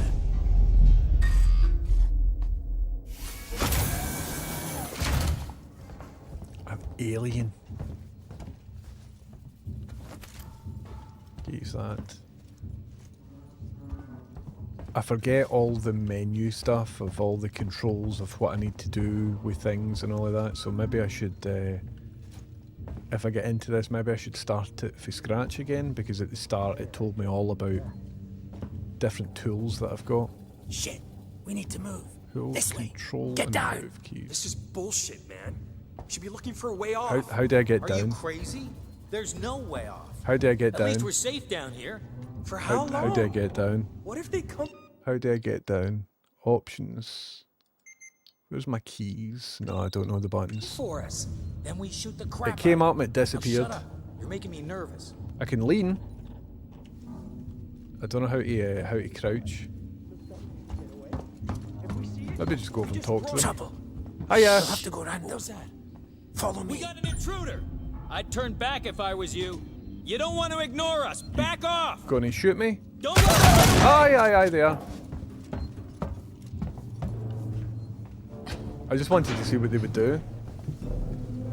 Friends of yours? I've had run-ins with those guys before. They don't like strangers. Even nice guys like me. I'm shocked. I ain't pulling your chain, darling. You want to go and say I hello? tried control, It's your it didn't funeral. work. Those guns aren't for show. Someone should be doing something.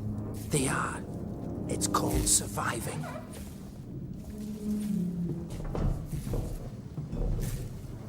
Everyone's turning on each other. The fear, it makes people crazy.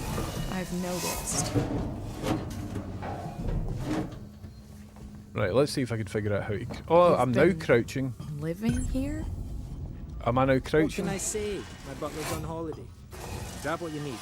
You don't How have do I one more, get another uncrouch? chance. Oh, it's C. And it's not, you don't hold it down to crouch, it's a toggle. Been I don't hunkered like- down here for a week don't now, like that. waiting for a ship. Waiting for you, I guess. I like the sort of crouch that you've got in Rust, where you hold control and it crouches as you're holding it, rather than to toggle it on and off. That's It can how get I pretty like my dark around here. crouches. You should take that flashlight over there. Flashlight. Make sure you're stocked Over up on there. batteries. Flashlight over there. Flashlight over there. Over there. Is that a flashlight?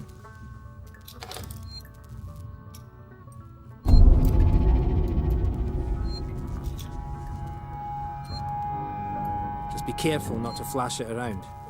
We don't want to get caught. Let's Hold go. it. Hold it to reload. I'm holding it just now. Holding F. Holding F. It's turning it off and on.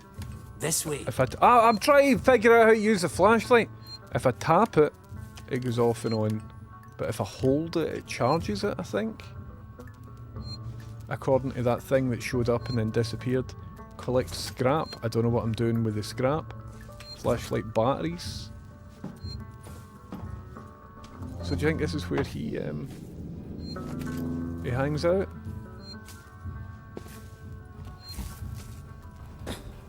I think what I'll do is maybe start the game from scratch so that I can remember all the buttons.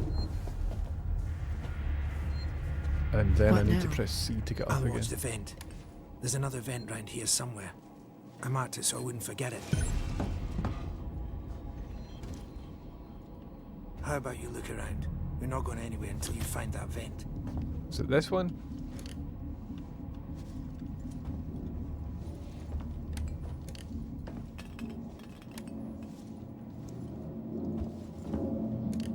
But I can hold it to charge. But I'm holding it. Aye, it did charge.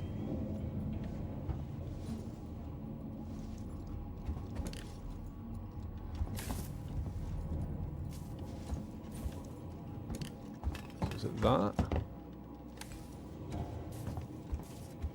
Axel, is this it? Hold on. I'm coming.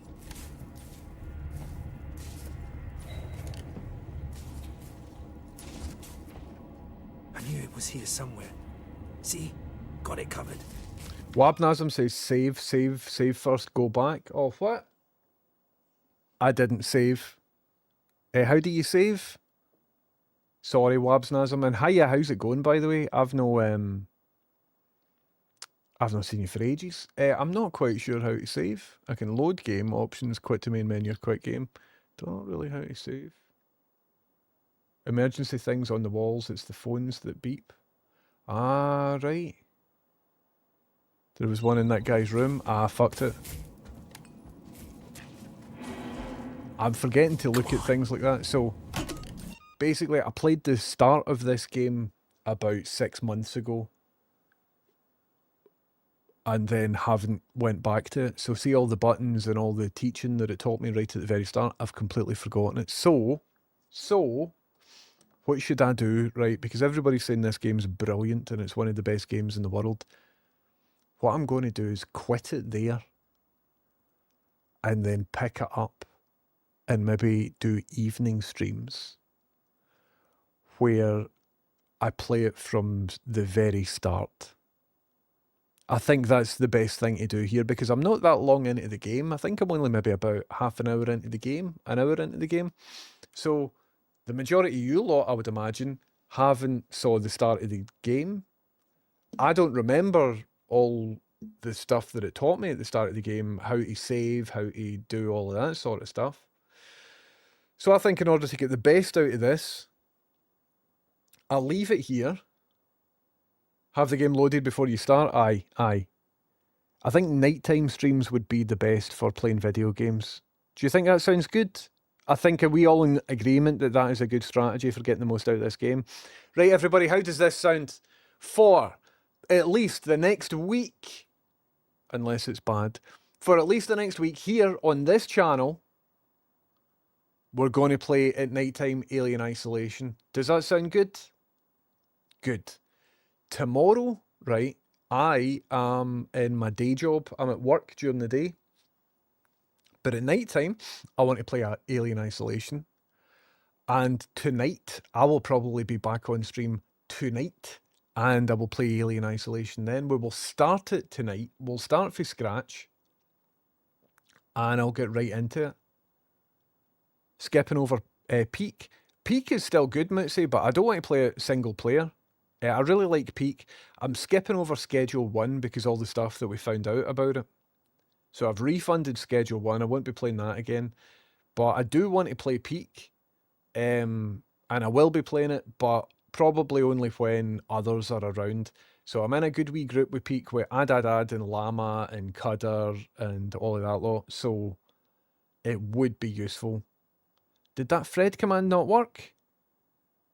Or am I just not seeing it on my end?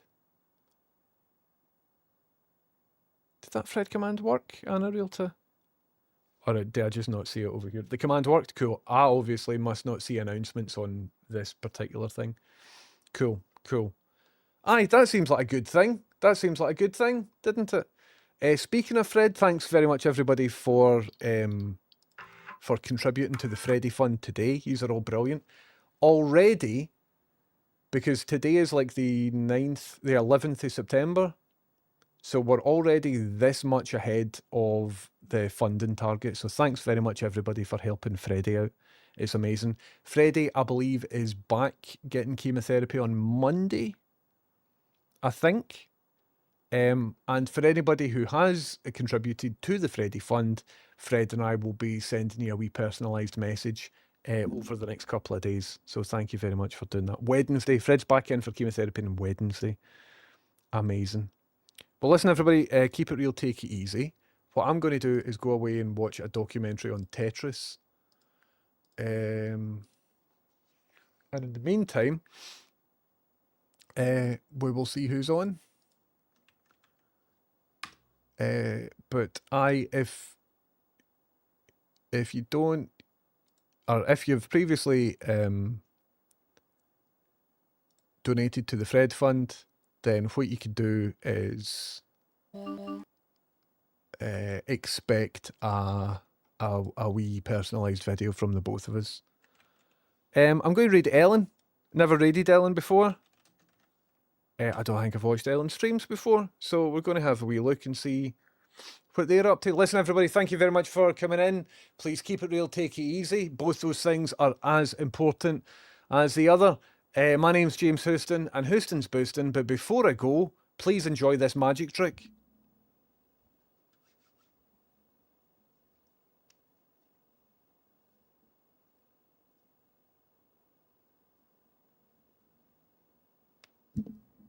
Aye, that was good. I like that.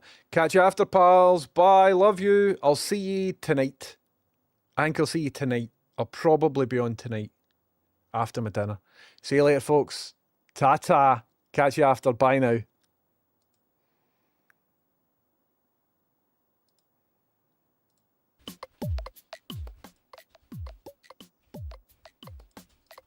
See you, folks.